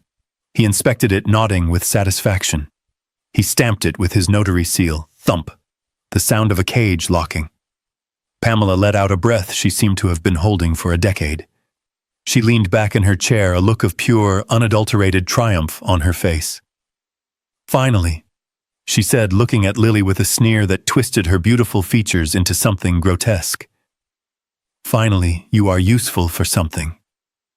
Lily shrank back into her chair, trying to make herself small, trying to disappear. "You can go now." Brandon waved a hand at her. "Go wait in the reception. Or better yet, go wait in the service elevator. We don't want the buyers seeing you. You look like trash." "No." Pamela stopped him. "Let her stay. I want her to see this. I want her to see the check. I want her to know exactly how much she is worth." "Nothing. She is worth absolutely nothing. This money is ours. It is payment for putting up with her whining for 15 years. Lily didn't move. She just stared at her hands, accepting the abuse as if it were weather. "Where are they?" Brandon asked, looking at the door. "It is noon," they said. "Noon." Clive checked his watch. "Obsidian Capital is very punctual. They will be here. Relax, the money is already in escrow. We just need to exchange the signatures." I put my phone in my pocket. I adjusted my cufflinks. I smoothed the lapel of my navy suit. It was time. I nodded to the two large men standing behind me. My personal security detail, former special forces. They opened the double doors. I walked in. I did not walk in like a beggar. I did not walk in like a ghost. I walked in like a man who owned the building, the city, and the oxygen they were breathing. My Italian leather shoes made a sharp, authoritative click on the marble floor. The three of them looked up. At first, there was just confusion. They were expecting a team of lawyers. They were expecting suits they didn't know. Instead, they saw an old man. But then they looked closer. Pamela's eyes narrowed. She tilted her head. She saw the face she had mocked on her porch 2 days ago. She saw the eyes of the man she had thrown $200 at. But the brain is a funny thing. It rejects just what it cannot understand. She saw Conrad, but Conrad was a beggar. Conrad was a bum in a dirty coat. This man was wearing a suit that cost more than her car. This man radiated a cold, terrifying power. "Conrad," she whispered. The name hung in the air, sucking the oxygen out of the room. Brandon stood up so fast, his chair tipped over. "What the hell?" he shouted. "How did you get in here?" "Security." Clive looked pale. He looked from me to the door, expecting the real buyers to walk in behind me. I walked to the end of the table opposite them. I didn't say a word. I placed my leather briefcase on the granite. I opened it with a snap. Pamela stood up. Her face went through a spasm of emotions. Shock. Fear. And then finally it settled on anger. A defensive, arrogant anger. "You!" She laughed, but it sounded hysterical. "You stole a suit." She pointed a shaking finger at me. Look at him, Brandon. He robbed a dry cleaner. Or maybe he mugged someone. She looked at Clive, seeking validation. Call the police, Clive. The beggar followed us. He is trespassing. I ignored her. I looked at Lily. She was staring at me. Her mouth was slightly open. She looked at my face, clean-shaven and sharp. She looked at my clothes, and then she looked at my eyes. The eyes were the same. The eyes of the man in the cellar. The eyes of the man who brought her soup. She started to rise from her chair, but her legs gave out. She slumped back, clutching the armrests. Daddy? She breathed. The word was soft, but it hit the room like a grenade. Pamela slammed her hand on the table. Shut up, Lily. He is not your father. He is a con artist. He is a homeless bum who thinks he can crash my meeting. She turned to me, her eyes blazing with a madness born of desperation.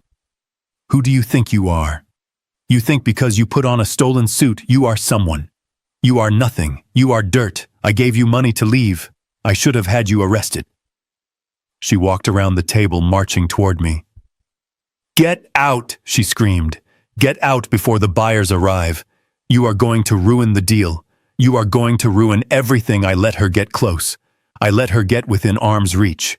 She raised her hand, as if to slap me just as her son had slapped my daughter. I caught her wrist. I didn't squeeze. I didn't twist. I just held it. My grip was iron. She gasped, trying to pull away, but she couldn't move. She looked into my face, and for the first time the delusion cracked. She saw the truth. She saw that the man holding her was not a beggar. I am the buyer, I said. My voice was low, calm, and resonant. It carried to every corner of the room. Pamela froze. What? I released her wrist with a shove. She stumbled back, catching herself on the table. I said, I am the buyer. I am Obsidian Capital. I reached into my briefcase and pulled out a stack of documents. I threw them onto the table. They slid across the granite, stopping perfectly in front of Clive. Brandon laughed. It was a wet, nervous sound. You are crazy, old man. You have $200 to your name. Mom gave it to you. You are hallucinating. Clive picked up the documents. His hands were shaking. He began to read. As he read, his face turned the color of ash. He slumped in his chair, his cigar falling from his mouth onto the expensive carpet. Clive, Pamela demanded. Tell him to leave. He is the buyer, Pam, Clive whispered. His voice was a croak. What are you saying? Look at the signature. Clive held up the paper. It is a proof of funds. Certified bank draft. $8 million. He looked at me with eyes full of terror. The account. It is in the name of Conrad Vance. Pamela snatched the paper. She stared at it. She stared at the numbers. She stared at the bank seal. A Swiss bank. A bank she couldn't touch. No, she whispered. This is fake. You forged this. You don't have money. You were in prison. You lost everything. I didn't lose anything, Pamela, I said, walking slowly toward her. I hid it. I buried it deep where parasites like you couldn't find it. I stopped in front of Lily. I reached out and gently touched her shoulder. She flinched, then looked up at me. I told you I would be here, I said softly. Then I turned back to the vultures. I was in Angola, Pamela. That part is true. But I wasn't in prison for stealing. I was in prison because I refused to let a corrupt government steal my mines. I fought them for 15 years, and while I fought, my assets grew. My investments compounded. I leaned over the table, placing my hands on the granite. I didn't come back a beggar.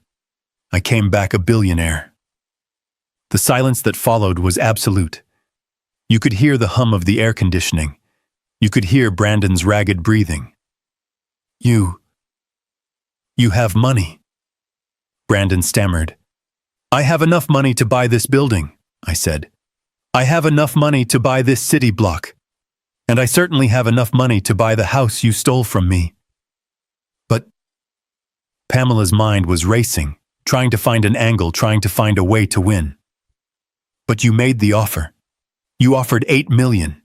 If you are the buyer, then you have to pay us. A slow, cold smile spread across my face. Pay you. I picked up the quitclaim deed, the document Lily had just signed. I held it up. This is what I needed. This signature. This proof that you forced the rightful heir to sign away her property under duress. I ripped the document in half. Then in half again. I let the pieces flutter to the floor like confetti. I am not buying the house, Pamela. I already own it. That is a lie, Clive shouted, standing up. The deed is in Pamela's name. It was transferred legally. Legally, I laughed. You call forging a death certificate legal, Clive. You call forging my signature on a power of attorney legal. Clive went still. How do you know that? Because you told me. Yesterday, in your office, while you were smoking that cigar and laughing at the beggar. I pulled the burner phone from my pocket. I pressed play. Clive's voice filled the room, tinny but unmistakable. I forged the death certificate myself, remember, and the transfer of the deed. Your signature on the power of attorney looked better than his real one. Clive dropped back into his chair. He looked like he was having a heart attack. And you, Pamela, I continued, you signed for the hospital bills. You intercepted the trust fund statements. You created a fake debt to enslave my daughter. I turned to Brandon. And you threatened to kill a child. You threatened to pull the plug on my grandson. Brandon backed away until he hit the wall. He looked like a trapped rat. I didn't mean it, he squeaked. It was just negotiation. Negotiation, Ida repeated. I walked over to him. He was taller than me, younger than me, but he shrank as I approached. He saw the violence in my eyes. He saw the man who had survived a war zone. You made her lick the floor, Brandon. He didn't answer. He was trembling. You slapped her face in front of 100 people. I didn't hit him. Not yet. I just stood there letting my presence crush him. I am not here to buy a house, I said, turning back to the group. I am here to foreclose on your lives. I looked at the door. Come in, gentlemen. The doors opened again. This time it wasn't security. It was Hartman. And behind him were 4 men in windbreakers. The letters on their backs were yellow and bold. FBI. And behind them 2 uniformed officers from the Boston Police Department. Clive stood up, putting his hands up. Now wait a minute. We can discuss this. Attorney-client privilege. Sit down, Clive, Hartman said. He walked into the room like an executioner. There is no privilege for fraud. There is no privilege for conspiracy to commit murder. Murder, Pamela shrieked. We didn't kill anyone. You killed my wife, I said quietly. The room went silent. My wife died of a broken heart, thinking I was a criminal. You told her that. You poisoned her against me while I was locked away, unable to defend myself. And then you tried to kill my daughter. You tried to kill her spirit. You tried to work her to death. You tried to kill my grandson by holding his life hostage. That is murder, Pamela. It is a slow, painful murder, and you enjoyed every second of it.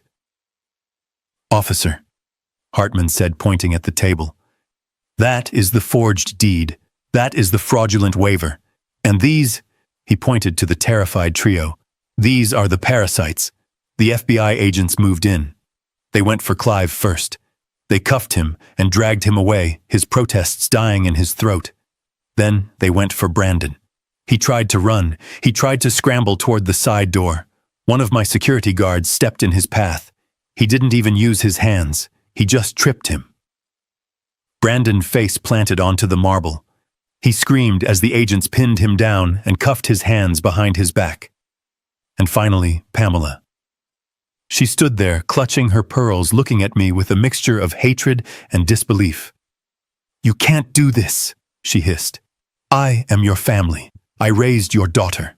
You enslaved my daughter." I corrected her. "You stole her youth. You stole her inheritance. And you tried to sell her home." I walked up to her. I leaned in close so only she could hear. "Do you know what the worst part is, Pamela?" She stared at me, her eyes wide. "I would have given it to you. If you had been kind. If you had loved her. If you had welcomed me home. I would have given you millions. I would have taken care of you for the rest of your life." I stepped back. "But you chose greed. You chose cruelty. So now you get nothing. Take her," I said to the officers. They grabbed her arms. She started to scream. She screamed that she was innocent. She screamed that I was the criminal. She screamed for help. But no one helped her. Just like no one helped Lily last night. They dragged them out, all of them. The room was suddenly quiet. I turned to Lily. She was still sitting in the chair, staring at the door where her tormentors had vanished. She looked like she was waking up from a long, terrible dream. She looked at me. She stood up slowly. Her legs were shaking, but she stood. "Is it true?" she whispered. I nodded. "It is true." She walked toward me. She reached out and touched my face. She touched the expensive fabric of my suit. "You are real," she said. "I am real," I said. "And I am home." She collapsed into my arms. She sobbed. A deep wrenching sound that came from the bottom of her soul. I held her. I held her tight, feeling her thin frame shaking against me. I smelled the cheap soap she used, the smell of the cellar on her clothes, but underneath that I smelled my daughter. "I have you," I whispered into her hair. "I have you. Nobody will ever hurt you again." I looked over her shoulder at the empty room, at the view of the city I had conquered. The war was over. The enemy was destroyed. But there was one thing left to do. I looked at Hartman. "Get the car," I said. "We have a boy to visit. And a hospital to buy." The silence in the conference room was absolute. It was the heavy, suffocating silence of a tomb, just before the lid is sealed. Pamela stood frozen by the table, her face a mask of crumbling plaster. Brandon was pressed against the wall, his chest heaving. Clive looked like a man who was calculating the drop from the 45th floor window. I did not break the silence with a shout. I did not need to. I had the power now. I raised my hand. It was a small, simple gesture, a flick of the wrist. The double doors swung open again. Hartman stepped through. He did not look like a lawyer who negotiated plea deals. He looked like a shark that had smelled blood in the water 3 miles away. He wore a charcoal suit that was cut sharp enough to bleed. In his hand he carried a black file box, not a briefcase, but it was who walked in behind him that sucked the remaining air out of the room. The Suffolk County Sheriff, a man named Miller, with a jaw like granite and eyes that had seen every lie a criminal could tell. And flanking him, 2 men in blue windbreakers with the yellow letters FBI stenciled on the chest. Clive made a small choking sound. He tried to stand up again, his lawyer instincts kicking in a desperate attempt to regain control. "Gentlemen," he stammered, his hands fluttering like dying birds. "This is a private meeting. We are in the middle of a delicate commercial transaction. If you do not have a warrant—" "Sit down," Clive Hartman said. His voice was not loud, but it carried the weight of a judge's gavel. "We do not need a warrant to enter a room owned by my client. And we certainly do not need a warrant to witness a felony in progress." Client Pamela whispered. She looked at me. "But you are the buyer. You said you were the buyer." I walked to the table. I picked up the thick stack of documents I had thrown there moments ago. The proof of funds, the shell company registration, the offer letter. I looked at them. Then I looked at Pamela. I lied. I said calmly. I tossed the papers into the air. They fluttered down onto the table, settling over the broken pieces of the waiver Lily had signed. I am not here to buy this house, Pamela. Why would I buy something that already belongs to me? I am here to reclaim my property, and I am here to bury you. Property, Pamela shrieked, her hysteria rising. You do not own it. The deed is in my name. Clive transferred it. It is legal public record. I looked at Hartman. He stepped forward, placing the black file box on the table. He opened it. He pulled out a single document bound in blue leather. It looked old. It looked important. Mrs. Vance, Hartman said, opening the document. You and your attorney, Mr. Clive, made a fatal error in your greed. You assumed that Conrad Vance owned the property at 42 Beacon Hill personally. You assumed that by declaring him dead and forging a power of attorney, you could transfer the title to yourself. He slid the document across the granite. But Conrad Vance never owned that house. Pamela looked at the paper. Her eyes darted across the lines of text, unable to comprehend. What is this? She hissed. This, Hartman said, is the charter for the Andromeda International Trust, established in Zurich 20 years ago. The trust owns the house. The trust owns the cars. The trust owns the art collection. And the trust has only one beneficiary. Hartman pointed a long finger at Lily, who was still standing by the door, trembling. Lily Vance. I watched Pamela's face. I saw the gears turning, the denial warring with the cold, hard reality. But, she stammered. But I have the deed. I have the paper. You have a forgery, Hartman said. You forged a transfer from Conrad Vance to Pamela Vance. But since Conrad Vance did not hold the title, the transfer is void. It is a nullity. You transferred nothing. You stole nothing.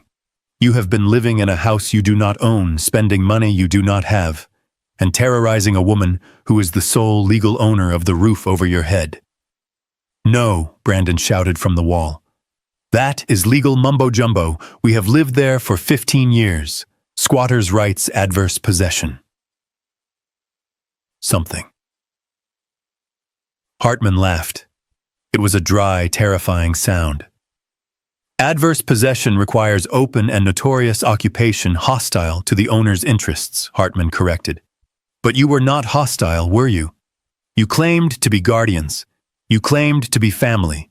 You claimed to be acting in Lily's best interest while you drained the accounts. That is not adverse possession, young man. That is fraud. That is embezzlement. And since the trust is international, it is wire fraud. That is why the FBI is here. I stepped forward. I wanted them to look at me.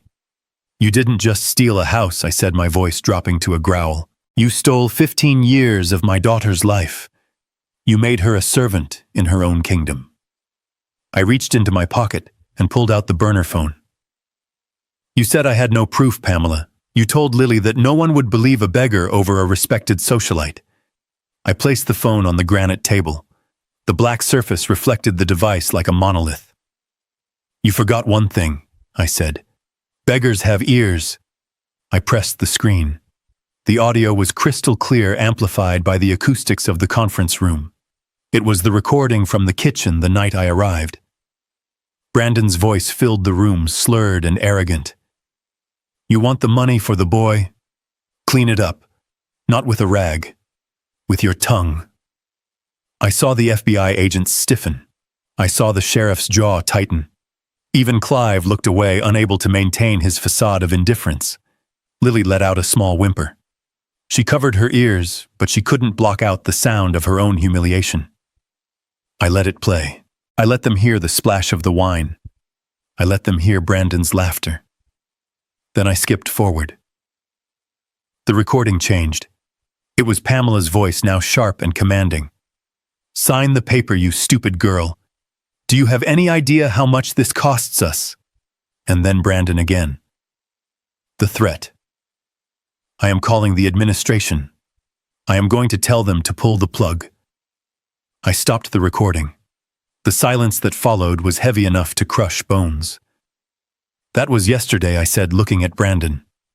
You threatened to murder my grandson. You used the threat of his death to extort a signature. That is not just fraud, Brandon. That is a federal hate crime. That is conspiracy to commit murder. That is blackmail." Brandon was shaking his head back and forth, his eyes wide and wet. "It was a joke," he whispered. "I didn't mean it. I wouldn't have done it." "You wouldn't have done it," I repeated. I walked over to him. He tried to press himself into the drywall.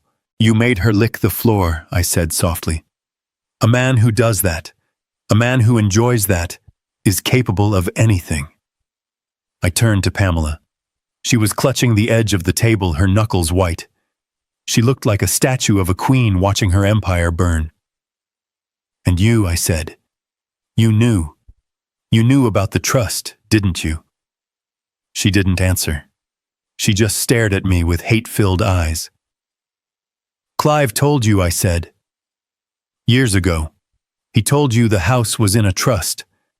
That is why you forged the death certificate. That is why you forged the power of attorney. You were trying to break the trust. You were trying to trick the bank into releasing the asset." I looked at Clive. He was wiping sweat from his upper lip with a silk handkerchief. "Clive, tell them," I commanded. "Tell the federal agents exactly how you planned to bypass the Swiss security protocols. Tell them about the fake biometric data you tried to buy on the black market." Clive looked at the FBI agents. He looked at the handcuffs on the sheriff's belt. He made a calculation. It was her idea, he blurted out, pointing a shaking finger at Pamela. "She forced me. She said she would ruin me if I didn't help her. She said she knew about my gambling debts. She blackmailed me." "You coward!" Pamela screamed. She lunged across the table, trying to claw at Clive's face. "You greedy little pig! You took 50%. You said it was foolproof." Hartman stepped in between them. "That is enough," he said. "We have the confession. We have the recordings. We have the forged documents." He turned to me. "Mr. Conrad, the assets have been frozen. The accounts Pamela opened in your name have been locked. The house is secured. The eviction notice is effective immediately." I nodded. I looked at Pamela. "You called my daughter a maid," I said. "You made her wear rags. You made her sleep in the attic. You told everyone she was useless." I walked around the table until I was standing right in front of her. "Today, Pamela, you are going to learn what it feels like to be powerless." I picked up the blue leather document, the trust charter. This document says that Lily is the beneficiary of the trust's income. Do you know how much that is? Pamela didn't answer. "It generates $40,000 a month in interest alone," I said. "For 15 years, that money has been accumulating. It has been sitting in an account, waiting for her." I leaned in close. "That is $7 million, Pamela. $7 million that belonged to her. Money you couldn't touch because you didn't have the code. So you enslaved her instead. You made her beg for pennies while she was sitting on a gold mine. And do you know what the penalty is for embezzling from a trust protected by international treaty?" Hartman asked, his voice cutting like a razor. Pamela looked at him terrified. "It is mandatory prison time," he said. "Federal. No parole. And since you crossed state lines to forge the documents, we are looking at 20 years minimum." Pamela's legs gave out. She collapsed into the chair. She looked small. She looked old. The makeup couldn't hide the fear anymore. The diamonds on her fingers looked like glass. "Lily," I said, turning to my daughter. She looked up. She was crying, but they weren't tears of fear anymore. They were tears of release. "Come here." She walked to me. I put my arm around her. I felt her tremble, but I held her firm. "Look at them," I said. "Look at the people who hurt you." She looked. She saw Brandon cowering against the wall. She saw Clive sweating through his suit. She saw Pamela broken in the chair. "They are not giants," Lily, I whispered. "They are just thieves. And they are done." I looked at the sheriff. "Sheriff Miller, I believe you have probable cause." Miller smiled grimly. He unhooked the handcuffs from his belt. The metal clicked ominously. "Probable cause," he said. "Mr. Conrad, I have enough here to put them away until the next century." He moved toward Brandon first. "Brandon Vance, you are under arrest." Brandon screamed. "No! You can't, Mom, do something." Pamela didn't move. She couldn't move. She was watching her life disintegrate. I watched them. I watched the fear in their eyes, and I felt nothing but a cold, hard satisfaction. This was justice. This was the balance of the universe correcting itself. But I wasn't done. I had one more thing to say to the woman who had killed my wife's memory. "Pamela," I said, as the officer moved toward her. She looked up. "You said I was a rat," I said. "You said I belonged in the dirt." I reached into my pocket. I pulled out the $200 she had thrown at me. The 2 crisp bills. I dropped them on the table in front of her. "Keep it," I said. "You are going to need it for the commissary." Her eyes widened. She stared at the money, the symbol of her arrogance, the symbol of her downfall. "Get them out of here," I said. The room erupted into motion. The officers moved in. The shouting started, but I didn't hear it. I only heard the sound of my daughter breathing beside me, free at last. The room was a symphony of chaos, but to me it sounded like victory. The FBI agents were securing the perimeter, the sheriff was reading rights, but Brandon Vance was not listening. He was staring at the $200 I had thrown on the table. He was staring at the man he had called a beggar, the man he had threatened with a steak knife, the man whose daughter he had enslaved. His eyes were not filled with remorse. They were filled with the rabid madness of a cornered animal. He looked at his mother slumped in her chair, broken and defeated. He looked at Clive weeping into his hands. He looked at the life of luxury evaporating into the air conditioning. And then he looked at me. "You did this," he screamed. His voice was a raw tear in his throat. "You ruined everything, you old bastard. It was ours. It was all ours." He didn't think. He didn't calculate. He just snapped. Decades of entitlement boiled over into a singular act of violence. He pushed off the wall, his face contorted into a mask of pure hate. He lowered his shoulder and charged. He wasn't aiming for the police. He wasn't trying to escape. He was aiming for me. He wanted to hurt the source of his pain. He wanted to smash the face that had smiled at his destruction. Lily screamed a sharp, terrified sound that cut through the room. "Daddy, look out!" But I didn't move. I didn't flinch. I didn't even blink. I knew something Brandon did not. I knew who was standing 6 inches to my right. His name was Marcus. He was 6'4", 250 pounds of muscle and kinetic energy. He had spent 10 years in special operations protecting diplomats in war zones. He had reflexes that made a striking cobra look sluggish. Brandon was a soft, drunk playboy who thought violence was slapping a defenseless woman. He was about to learn the difference between a bully and a warrior. Brandon covered the distance in 3 strides. He raised his fist, a clumsy telegraphed blow. Marcus moved. It was a blur of motion too fast to track. He stepped in front of me, his left arm deflecting Brandon's strike effortlessly. His right hand shot out, gripping Brandon's wrist. There was a pivoting of hips, a shifting of weight, and then a sound that made everyone in the room wince. Crack. It was the dry, sharp sound of a dry branch snapping in winter. Brandon's scream was immediate and guttural. It started as a gasp and exploded into a high-pitched shriek of agony. Marcus twisted the broken arm behind Brandon's back, forcing him down. He kicked Brandon's legs out from under him. Brandon hit the marble floor hard, his face bouncing off the stone. He writhed, trying to clutch his shattered arm, but Marcus held him pinned with a knee to the spine. "Stay down," Marcus said calmly, his voice devoid of exertion. "Do not move, or I will break the other one." Brandon sobbed into the floor. "My arm. You broke my arm. Oh God, it hurts." I looked down at him. He was pathetic. He was small, The arrogance that had filled the room 10 minutes ago was leaking out of him along with his snot and tears. I stepped closer. My Italian leather shoes stopped inches from his face. "It hurts," I asked, my voice devoid of sympathy. "Good." Hartman stepped forward. He adjusted his glasses, looking down at the writhing man with the detached curiosity of a biologist examining a specimen under a microscope. He opened a new folder in his black box. "Brandon Vance," he said, his voice cutting through Brandon's whimpers. "You are under arrest. But not just for the fraud regarding the house. That would be too simple." Hartman pulled out a sheet of paper covered in red ink. "We have subpoenaed the phone records from the hospital administration. We have the logs of the calls you made threatening to terminate the life support for a minor."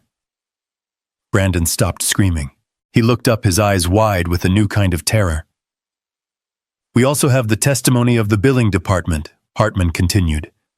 "You intercepted insurance documents. You created false invoices totaling $2 million. You used those false documents to coerce labor and solicit money.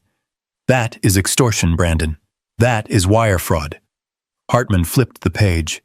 "But this is the one that will bury you. We have witnesses who saw you strike Lily Vance. We have the medical report of her injuries. And we have the recording of you using access to medical care as a weapon to torture a mother. That is Class A felony child abuse and endangerment of a dependent." Hartman leaned down, getting into Brandon's face. "The district attorney is very interested in this case, Brandon. He doesn't like people who threaten sick children. He is talking about stacking the charges. 20 years for the fraud, 10 for the extortion, and 15 for the abuse. Consecutive, not concurrent." Brandon began to hyperventilate. No, I didn't mean it. It was just talk. I wouldn't have hurt the kid." "You used his life as a bargaining chip," I said. I knelt down. My knees cracked, but I didn't care. I wanted him to see me. I wanted him to see the grandfather of the boy he had threatened. I grabbed a handful of his hair and pulled his head up. He tried to pull away, but he was pinned. He had to look at me. "Remember the wine, Brandon," I whispered. He blinked, tears streaming down his face mixed with the dust of the floor. "Remember what you told my daughter," I hissed. "You spilled your expensive wine. You told her to clean it up, not with a rag, with her tongue. You made her lick the dirt because you thought you were a god. You thought you had the power of life and death." I let go of his hair. His head thumped back against the floor. "Well, Brandon, the power has shifted. You are not a god. You are an inmate." I stood up, brushing the invisible dust from my suit. "You like floors so much," I said, looking down at him with pure, unadulterated disgust. "You like making people crawl." I leaned in, my voice dropping to a register that vibrated in the silent room. "In prison, Brandon, you will be the one crawling. You will be the fresh meat, and when you spill your drink in the cafeteria, when you drop your tray, your new friends are going to teach you exactly how to lick the floor properly." Brandon wailed. It was a sound of total despair, a sound of a man who realized the nightmare was just beginning. "Get him out of my sight," I said to the officers. The FBI agents hauled him up. He screamed in pain as his broken arm shifted, but they didn't seem particularly gentle. They dragged him toward the door. His feet dragged on the marble, leaving scuff marks on the floor he had once ruled. "Mom," he screamed as they took him away. "Mom, help me. Don't let them take me." Pamela watched him go. She didn't say a word. She couldn't. She was staring at the empty doorway, her mouth working silently. She had just watched her son, her golden boy, her partner in crime be broken and dragged away like garbage. The door slammed shut, cutting off his screams. The room was quiet again. But it was a different kind of quiet. It was the silence of a battlefield after the cannon fire stops. I turned to Lily. She was shaking her hands over her mouth. She had watched her tormentor fall. She had watched the monster who owned her fear be reduced to a weeping child. "Is he gone?" she whispered. "He is gone," I said. He is never coming back, Lily. He will never touch you again. He will never touch Leo again. She let out a breath, a long, shuddering exhale. Her shoulders dropped.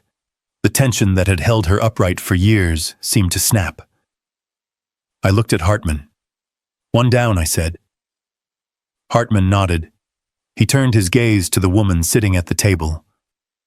The woman who had started it all.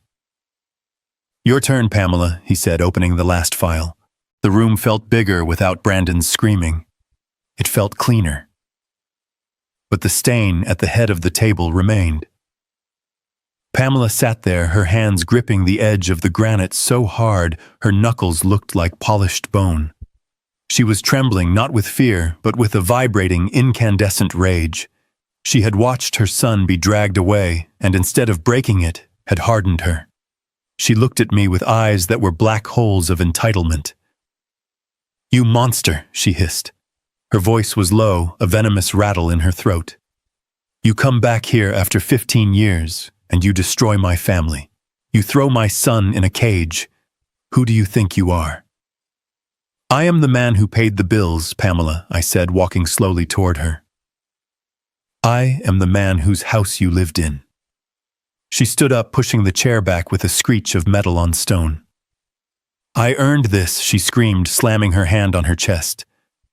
"I earned every penny I raised that girl. I took her in when she was a sobbing mess. I fed her, I clothed her. I gave her a roof over her head for 15 years. She pointed a shaking finger at Lily. "She was a burden, a useless, crying burden. I sacrificed my life for her. I sacrificed my youth to play mother to your abandoned brat. I have rights. I have a right to be compensated." Lily shrank back, the old conditioning kicking in. She looked down, shame burning her cheeks. I stepped between them. I broke the line of sight. Pamela had to look at me now. "You raised her," I asked, my voice deceptively calm. "I kept her alive," Pamela shrieked. "That costs money, Conrad. Food costs money. Clothes cost money. I used my own savings. I went into debt for her." I looked at Hartman. He was already opening the red file folder. He pulled out a single sheet of paper, a bank ledger printed on heavy watermarked stock. He handed it to me. I looked at the numbers, columns of them. Identical. Relentless. "You say you used your own savings," I said, reading from the page. "You say you went into debt." I slid the paper across the table. It stopped directly under her nose. "Then explain this, Pamela." She looked down. She didn't want to read it, but she couldn't look away. "It is a wire transfer log," I said. "From the Geneva Trust directly to the First National Bank of Boston. Account number ending in 4590. Your personal account, Pamela." Her face went gray. The rage evaporated, leaving behind the cold sweat of exposure. "On the first of every month for 180 months a transfer was made," I said, my voice rising, filling the room. $20,000. Labeled clearly for the care and maintenance of Lily Vance. I leaned over the table, getting into her face. $20,000 a month, Pamela. That is $240,000 a year. That is $3.6 million over 15 years. I slammed my hand on the table, making her jump. $3.6 million, I roared. "Where did it go, Pamela?" She opened her mouth, but no sound came out. She was drowning. I looked at Lily, I said, pointing to my daughter who was staring at us in shock. "Look at her dress, Pamela. She is wearing rags. She is malnourished. My grandson is in a hospital bed because you said you couldn't afford the insurance." I walked around the table stalking her.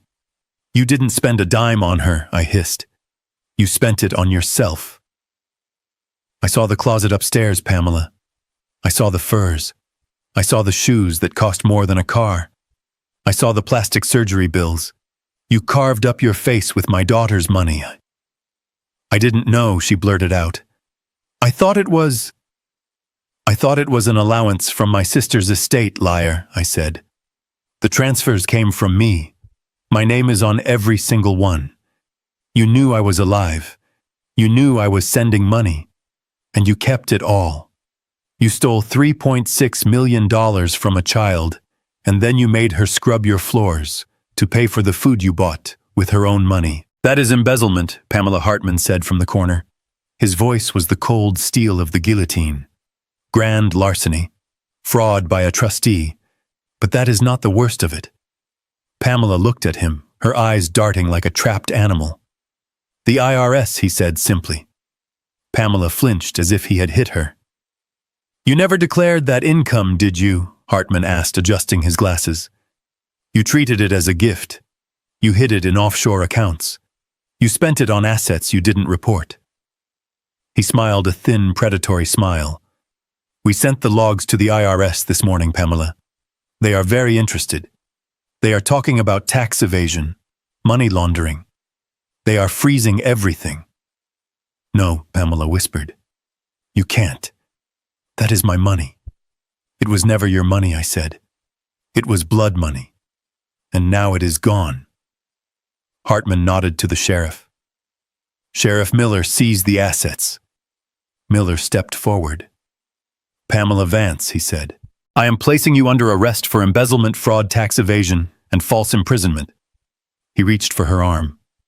Wait, she screamed, pulling away. You can't take me. I am a Vance. I have standing in this city. You have nothing, I said. I looked at her hands, at the diamond rings glittering on her fingers. Rings she had bought while my grandson gasped for air.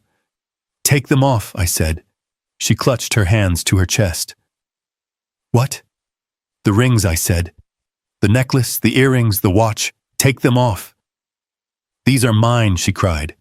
They are personal property. They were bought with stolen funds, Hartman interjected. Under the civil asset forfeiture laws, they are proceeds of crime. They belong to the victim. They belong to Lily. Take them off, Pamela, I commanded, or the officer will take them off for you. She looked at the sheriff. He wasn't smiling. He held out an evidence bag. Do it, Ma-am, he said. Don't make this harder. She began to strip. It was a slow, humiliating process. She pulled the rings from her fingers, her hands shaking so hard she dropped one. She unclasped the heavy diamond necklace. She took off the Rolex. She put them into the plastic bag one by one. With every piece of jewelry she removed, she seemed to shrink. The arrogance, the power, the facade of the wealthy socialite, it all vanished. Without the diamonds, she was just a thief in a suit she couldn't afford. She stood there bare, stripped of her armor. Is that all of it? The sheriff asked. Yes, she whispered. I looked at her shoes. Those too, I said. Conrad, please, she begged. They are Louboutins. You bought them last month, I said. With the money you saved by cutting Leo's medication dosage in half. I saw the pharmacy records, Pamela. Take them off. She kicked off the shoes. She stood on the cold marble floor in her stockings. She looked small. She looked pathetic. Everything you own, I said, my voice low and final. The cars, the clothes, the hidden accounts. The IRS is taking it all. You are leaving this room with nothing but the clothes on your back. You are going to prison, Pamela. And when you get out, if you get out, you will be destitute. You will know what it feels like to have nothing. You will know what it feels like to be a beggar. She looked at me, and for the first time I saw true fear in her eyes. Not the fear of getting caught. The fear of poverty. The fear of being ordinary. I raised her, she whispered again, but the words were hollow now, a mantra that had lost its magic. You didn't raise her, I said. You just fed off her. And now the host has cut you off. Get her out of here. The sheriff cuffed her. The metal clicked shut around her bare wrists. She didn't scream like Brandon. She didn't fight. She just slumped forward, broken by the weight of her own greed. They walked her out. She passed Lily. She didn't look at her. She couldn't. Lily watched her go. She watched the woman who had terrorized her for 15 years shuffle out in her stocking feet, handcuffs gleaming under the lights. When the door closed, the silence returned. But this time, it wasn't heavy. It was clean. It was the silence of a storm that had finally blown itself out. I walked over to Lily. I took her hands in mine. Her hands were rough, calloused from work. But they were warm. "It is over," I said. She looked at the empty chair where Pamela had sat. She looked at the torn pieces of the waiver on the floor. "She is gone," she whispered. "She is gone," I promised. And she took the debt with her. I looked at Hartman. He was closing the black box. His job was done. The sharks had been fed. "Hartman, call the car," I said. "Where are we going?" Lily asked, wiping her eyes. "To Switzerland," I said. She looked confused. "Switzerland." "There is a hospital in Zurich," I said. "The best in the world for pediatric heart conditions. They have a bed waiting for Leo. We are leaving tonight." "But the house," she said, looking around the room. "What about the house?" I looked at the mansion, the place that had been a prison. "Burn it down for all I care," I said. "Or sell it. Or give it away. It doesn't matter. It is just brick and mortar." I put my arm around her shoulders. "We are going to build a new home, Lily. A real one. One without ghosts." We walked toward the door. I didn't look back. The view of the city was beautiful, but I didn't care about the city anymore. I only cared about the daughter beside me and the grandson waiting for me. The ghost of Conrad Vance was dead. The father had returned. And this time he wasn't going anywhere. The silence in the house on Beacon Hill was no longer heavy. It was no longer the suffocating silence of a prison. It was the clean, fresh silence of a new beginning. For the last week, a small army of professional cleaners had scrubbed every inch of the mansion. They had stripped the carpets that smelled of Brandon's spilled wine. They had removed the gaudy art Pamela had hung to mask the classic architecture. They had boxed up every trace of the parasites who had lived here and incinerated it. Pamela and Brandon were currently sitting in cells at the Charles Street jail. Their bail hearing had been a massacre. Hartman had presented the flight risk evidence, and the judge, disgusted by the charges regarding Leo, had denied bail entirely. They were rotting in concrete boxes, wearing orange jumpsuits that matched the color of their greed. They would never see the inside of a luxury car again. I stood in the library, watching the medical transport team gently lift Leo onto a specialized gurney. He was sleeping. For the first time in his life, he was sleeping without pain. The best cardiologists in Boston had stabilized him, but the real work would begin tomorrow in Zurich. I had chartered a flying ICU, a private jet equipped to take us to the clinic that would give him a new heart if he needed one. Lily stood by the French doors looking out at the city. She was wearing a simple white dress I had bought her. It was clean. It was new. But she still stood with her shoulders slightly hunched, a phantom weight pressing down on her spine. The bruises on her face were fading, turning a soft yellow, but the scars in her mind would take longer to heal. I walked over to her. The city lights of Boston twinkled below us, oblivious to the war we had just fought. "The car is here, Lily," I said softly. "It is time to go." She didn't turn around immediately. She kept her eyes on the horizon. "Daddy," she whispered. "Yes, sweetheart. Why did you wait?" The question hung in the air, fragile and sharp. Why did it take 15 years? Why did I have to scrub floors? Why did Leo have to suffer? Why didn't you come back sooner? I felt a crack in my chest, a pain sharper than any physical wound. I moved to stand beside her. I didn't try to make excuses. I didn't try to tell her about the political coups, the frozen assets, or the nights I spent in a cell wondering if she was alive. None of that mattered to the girl who had been alone. I looked at her. I took her hand. It was still rough, but the trembling had stopped. "I didn't wait, Lillian," I said, my voice thick with emotion. "I was fighting. Every single day for 15 years I was fighting to get back to you. I was buried under a mountain of enemies, and it took me a long time to dig my way out." I squeezed her hand.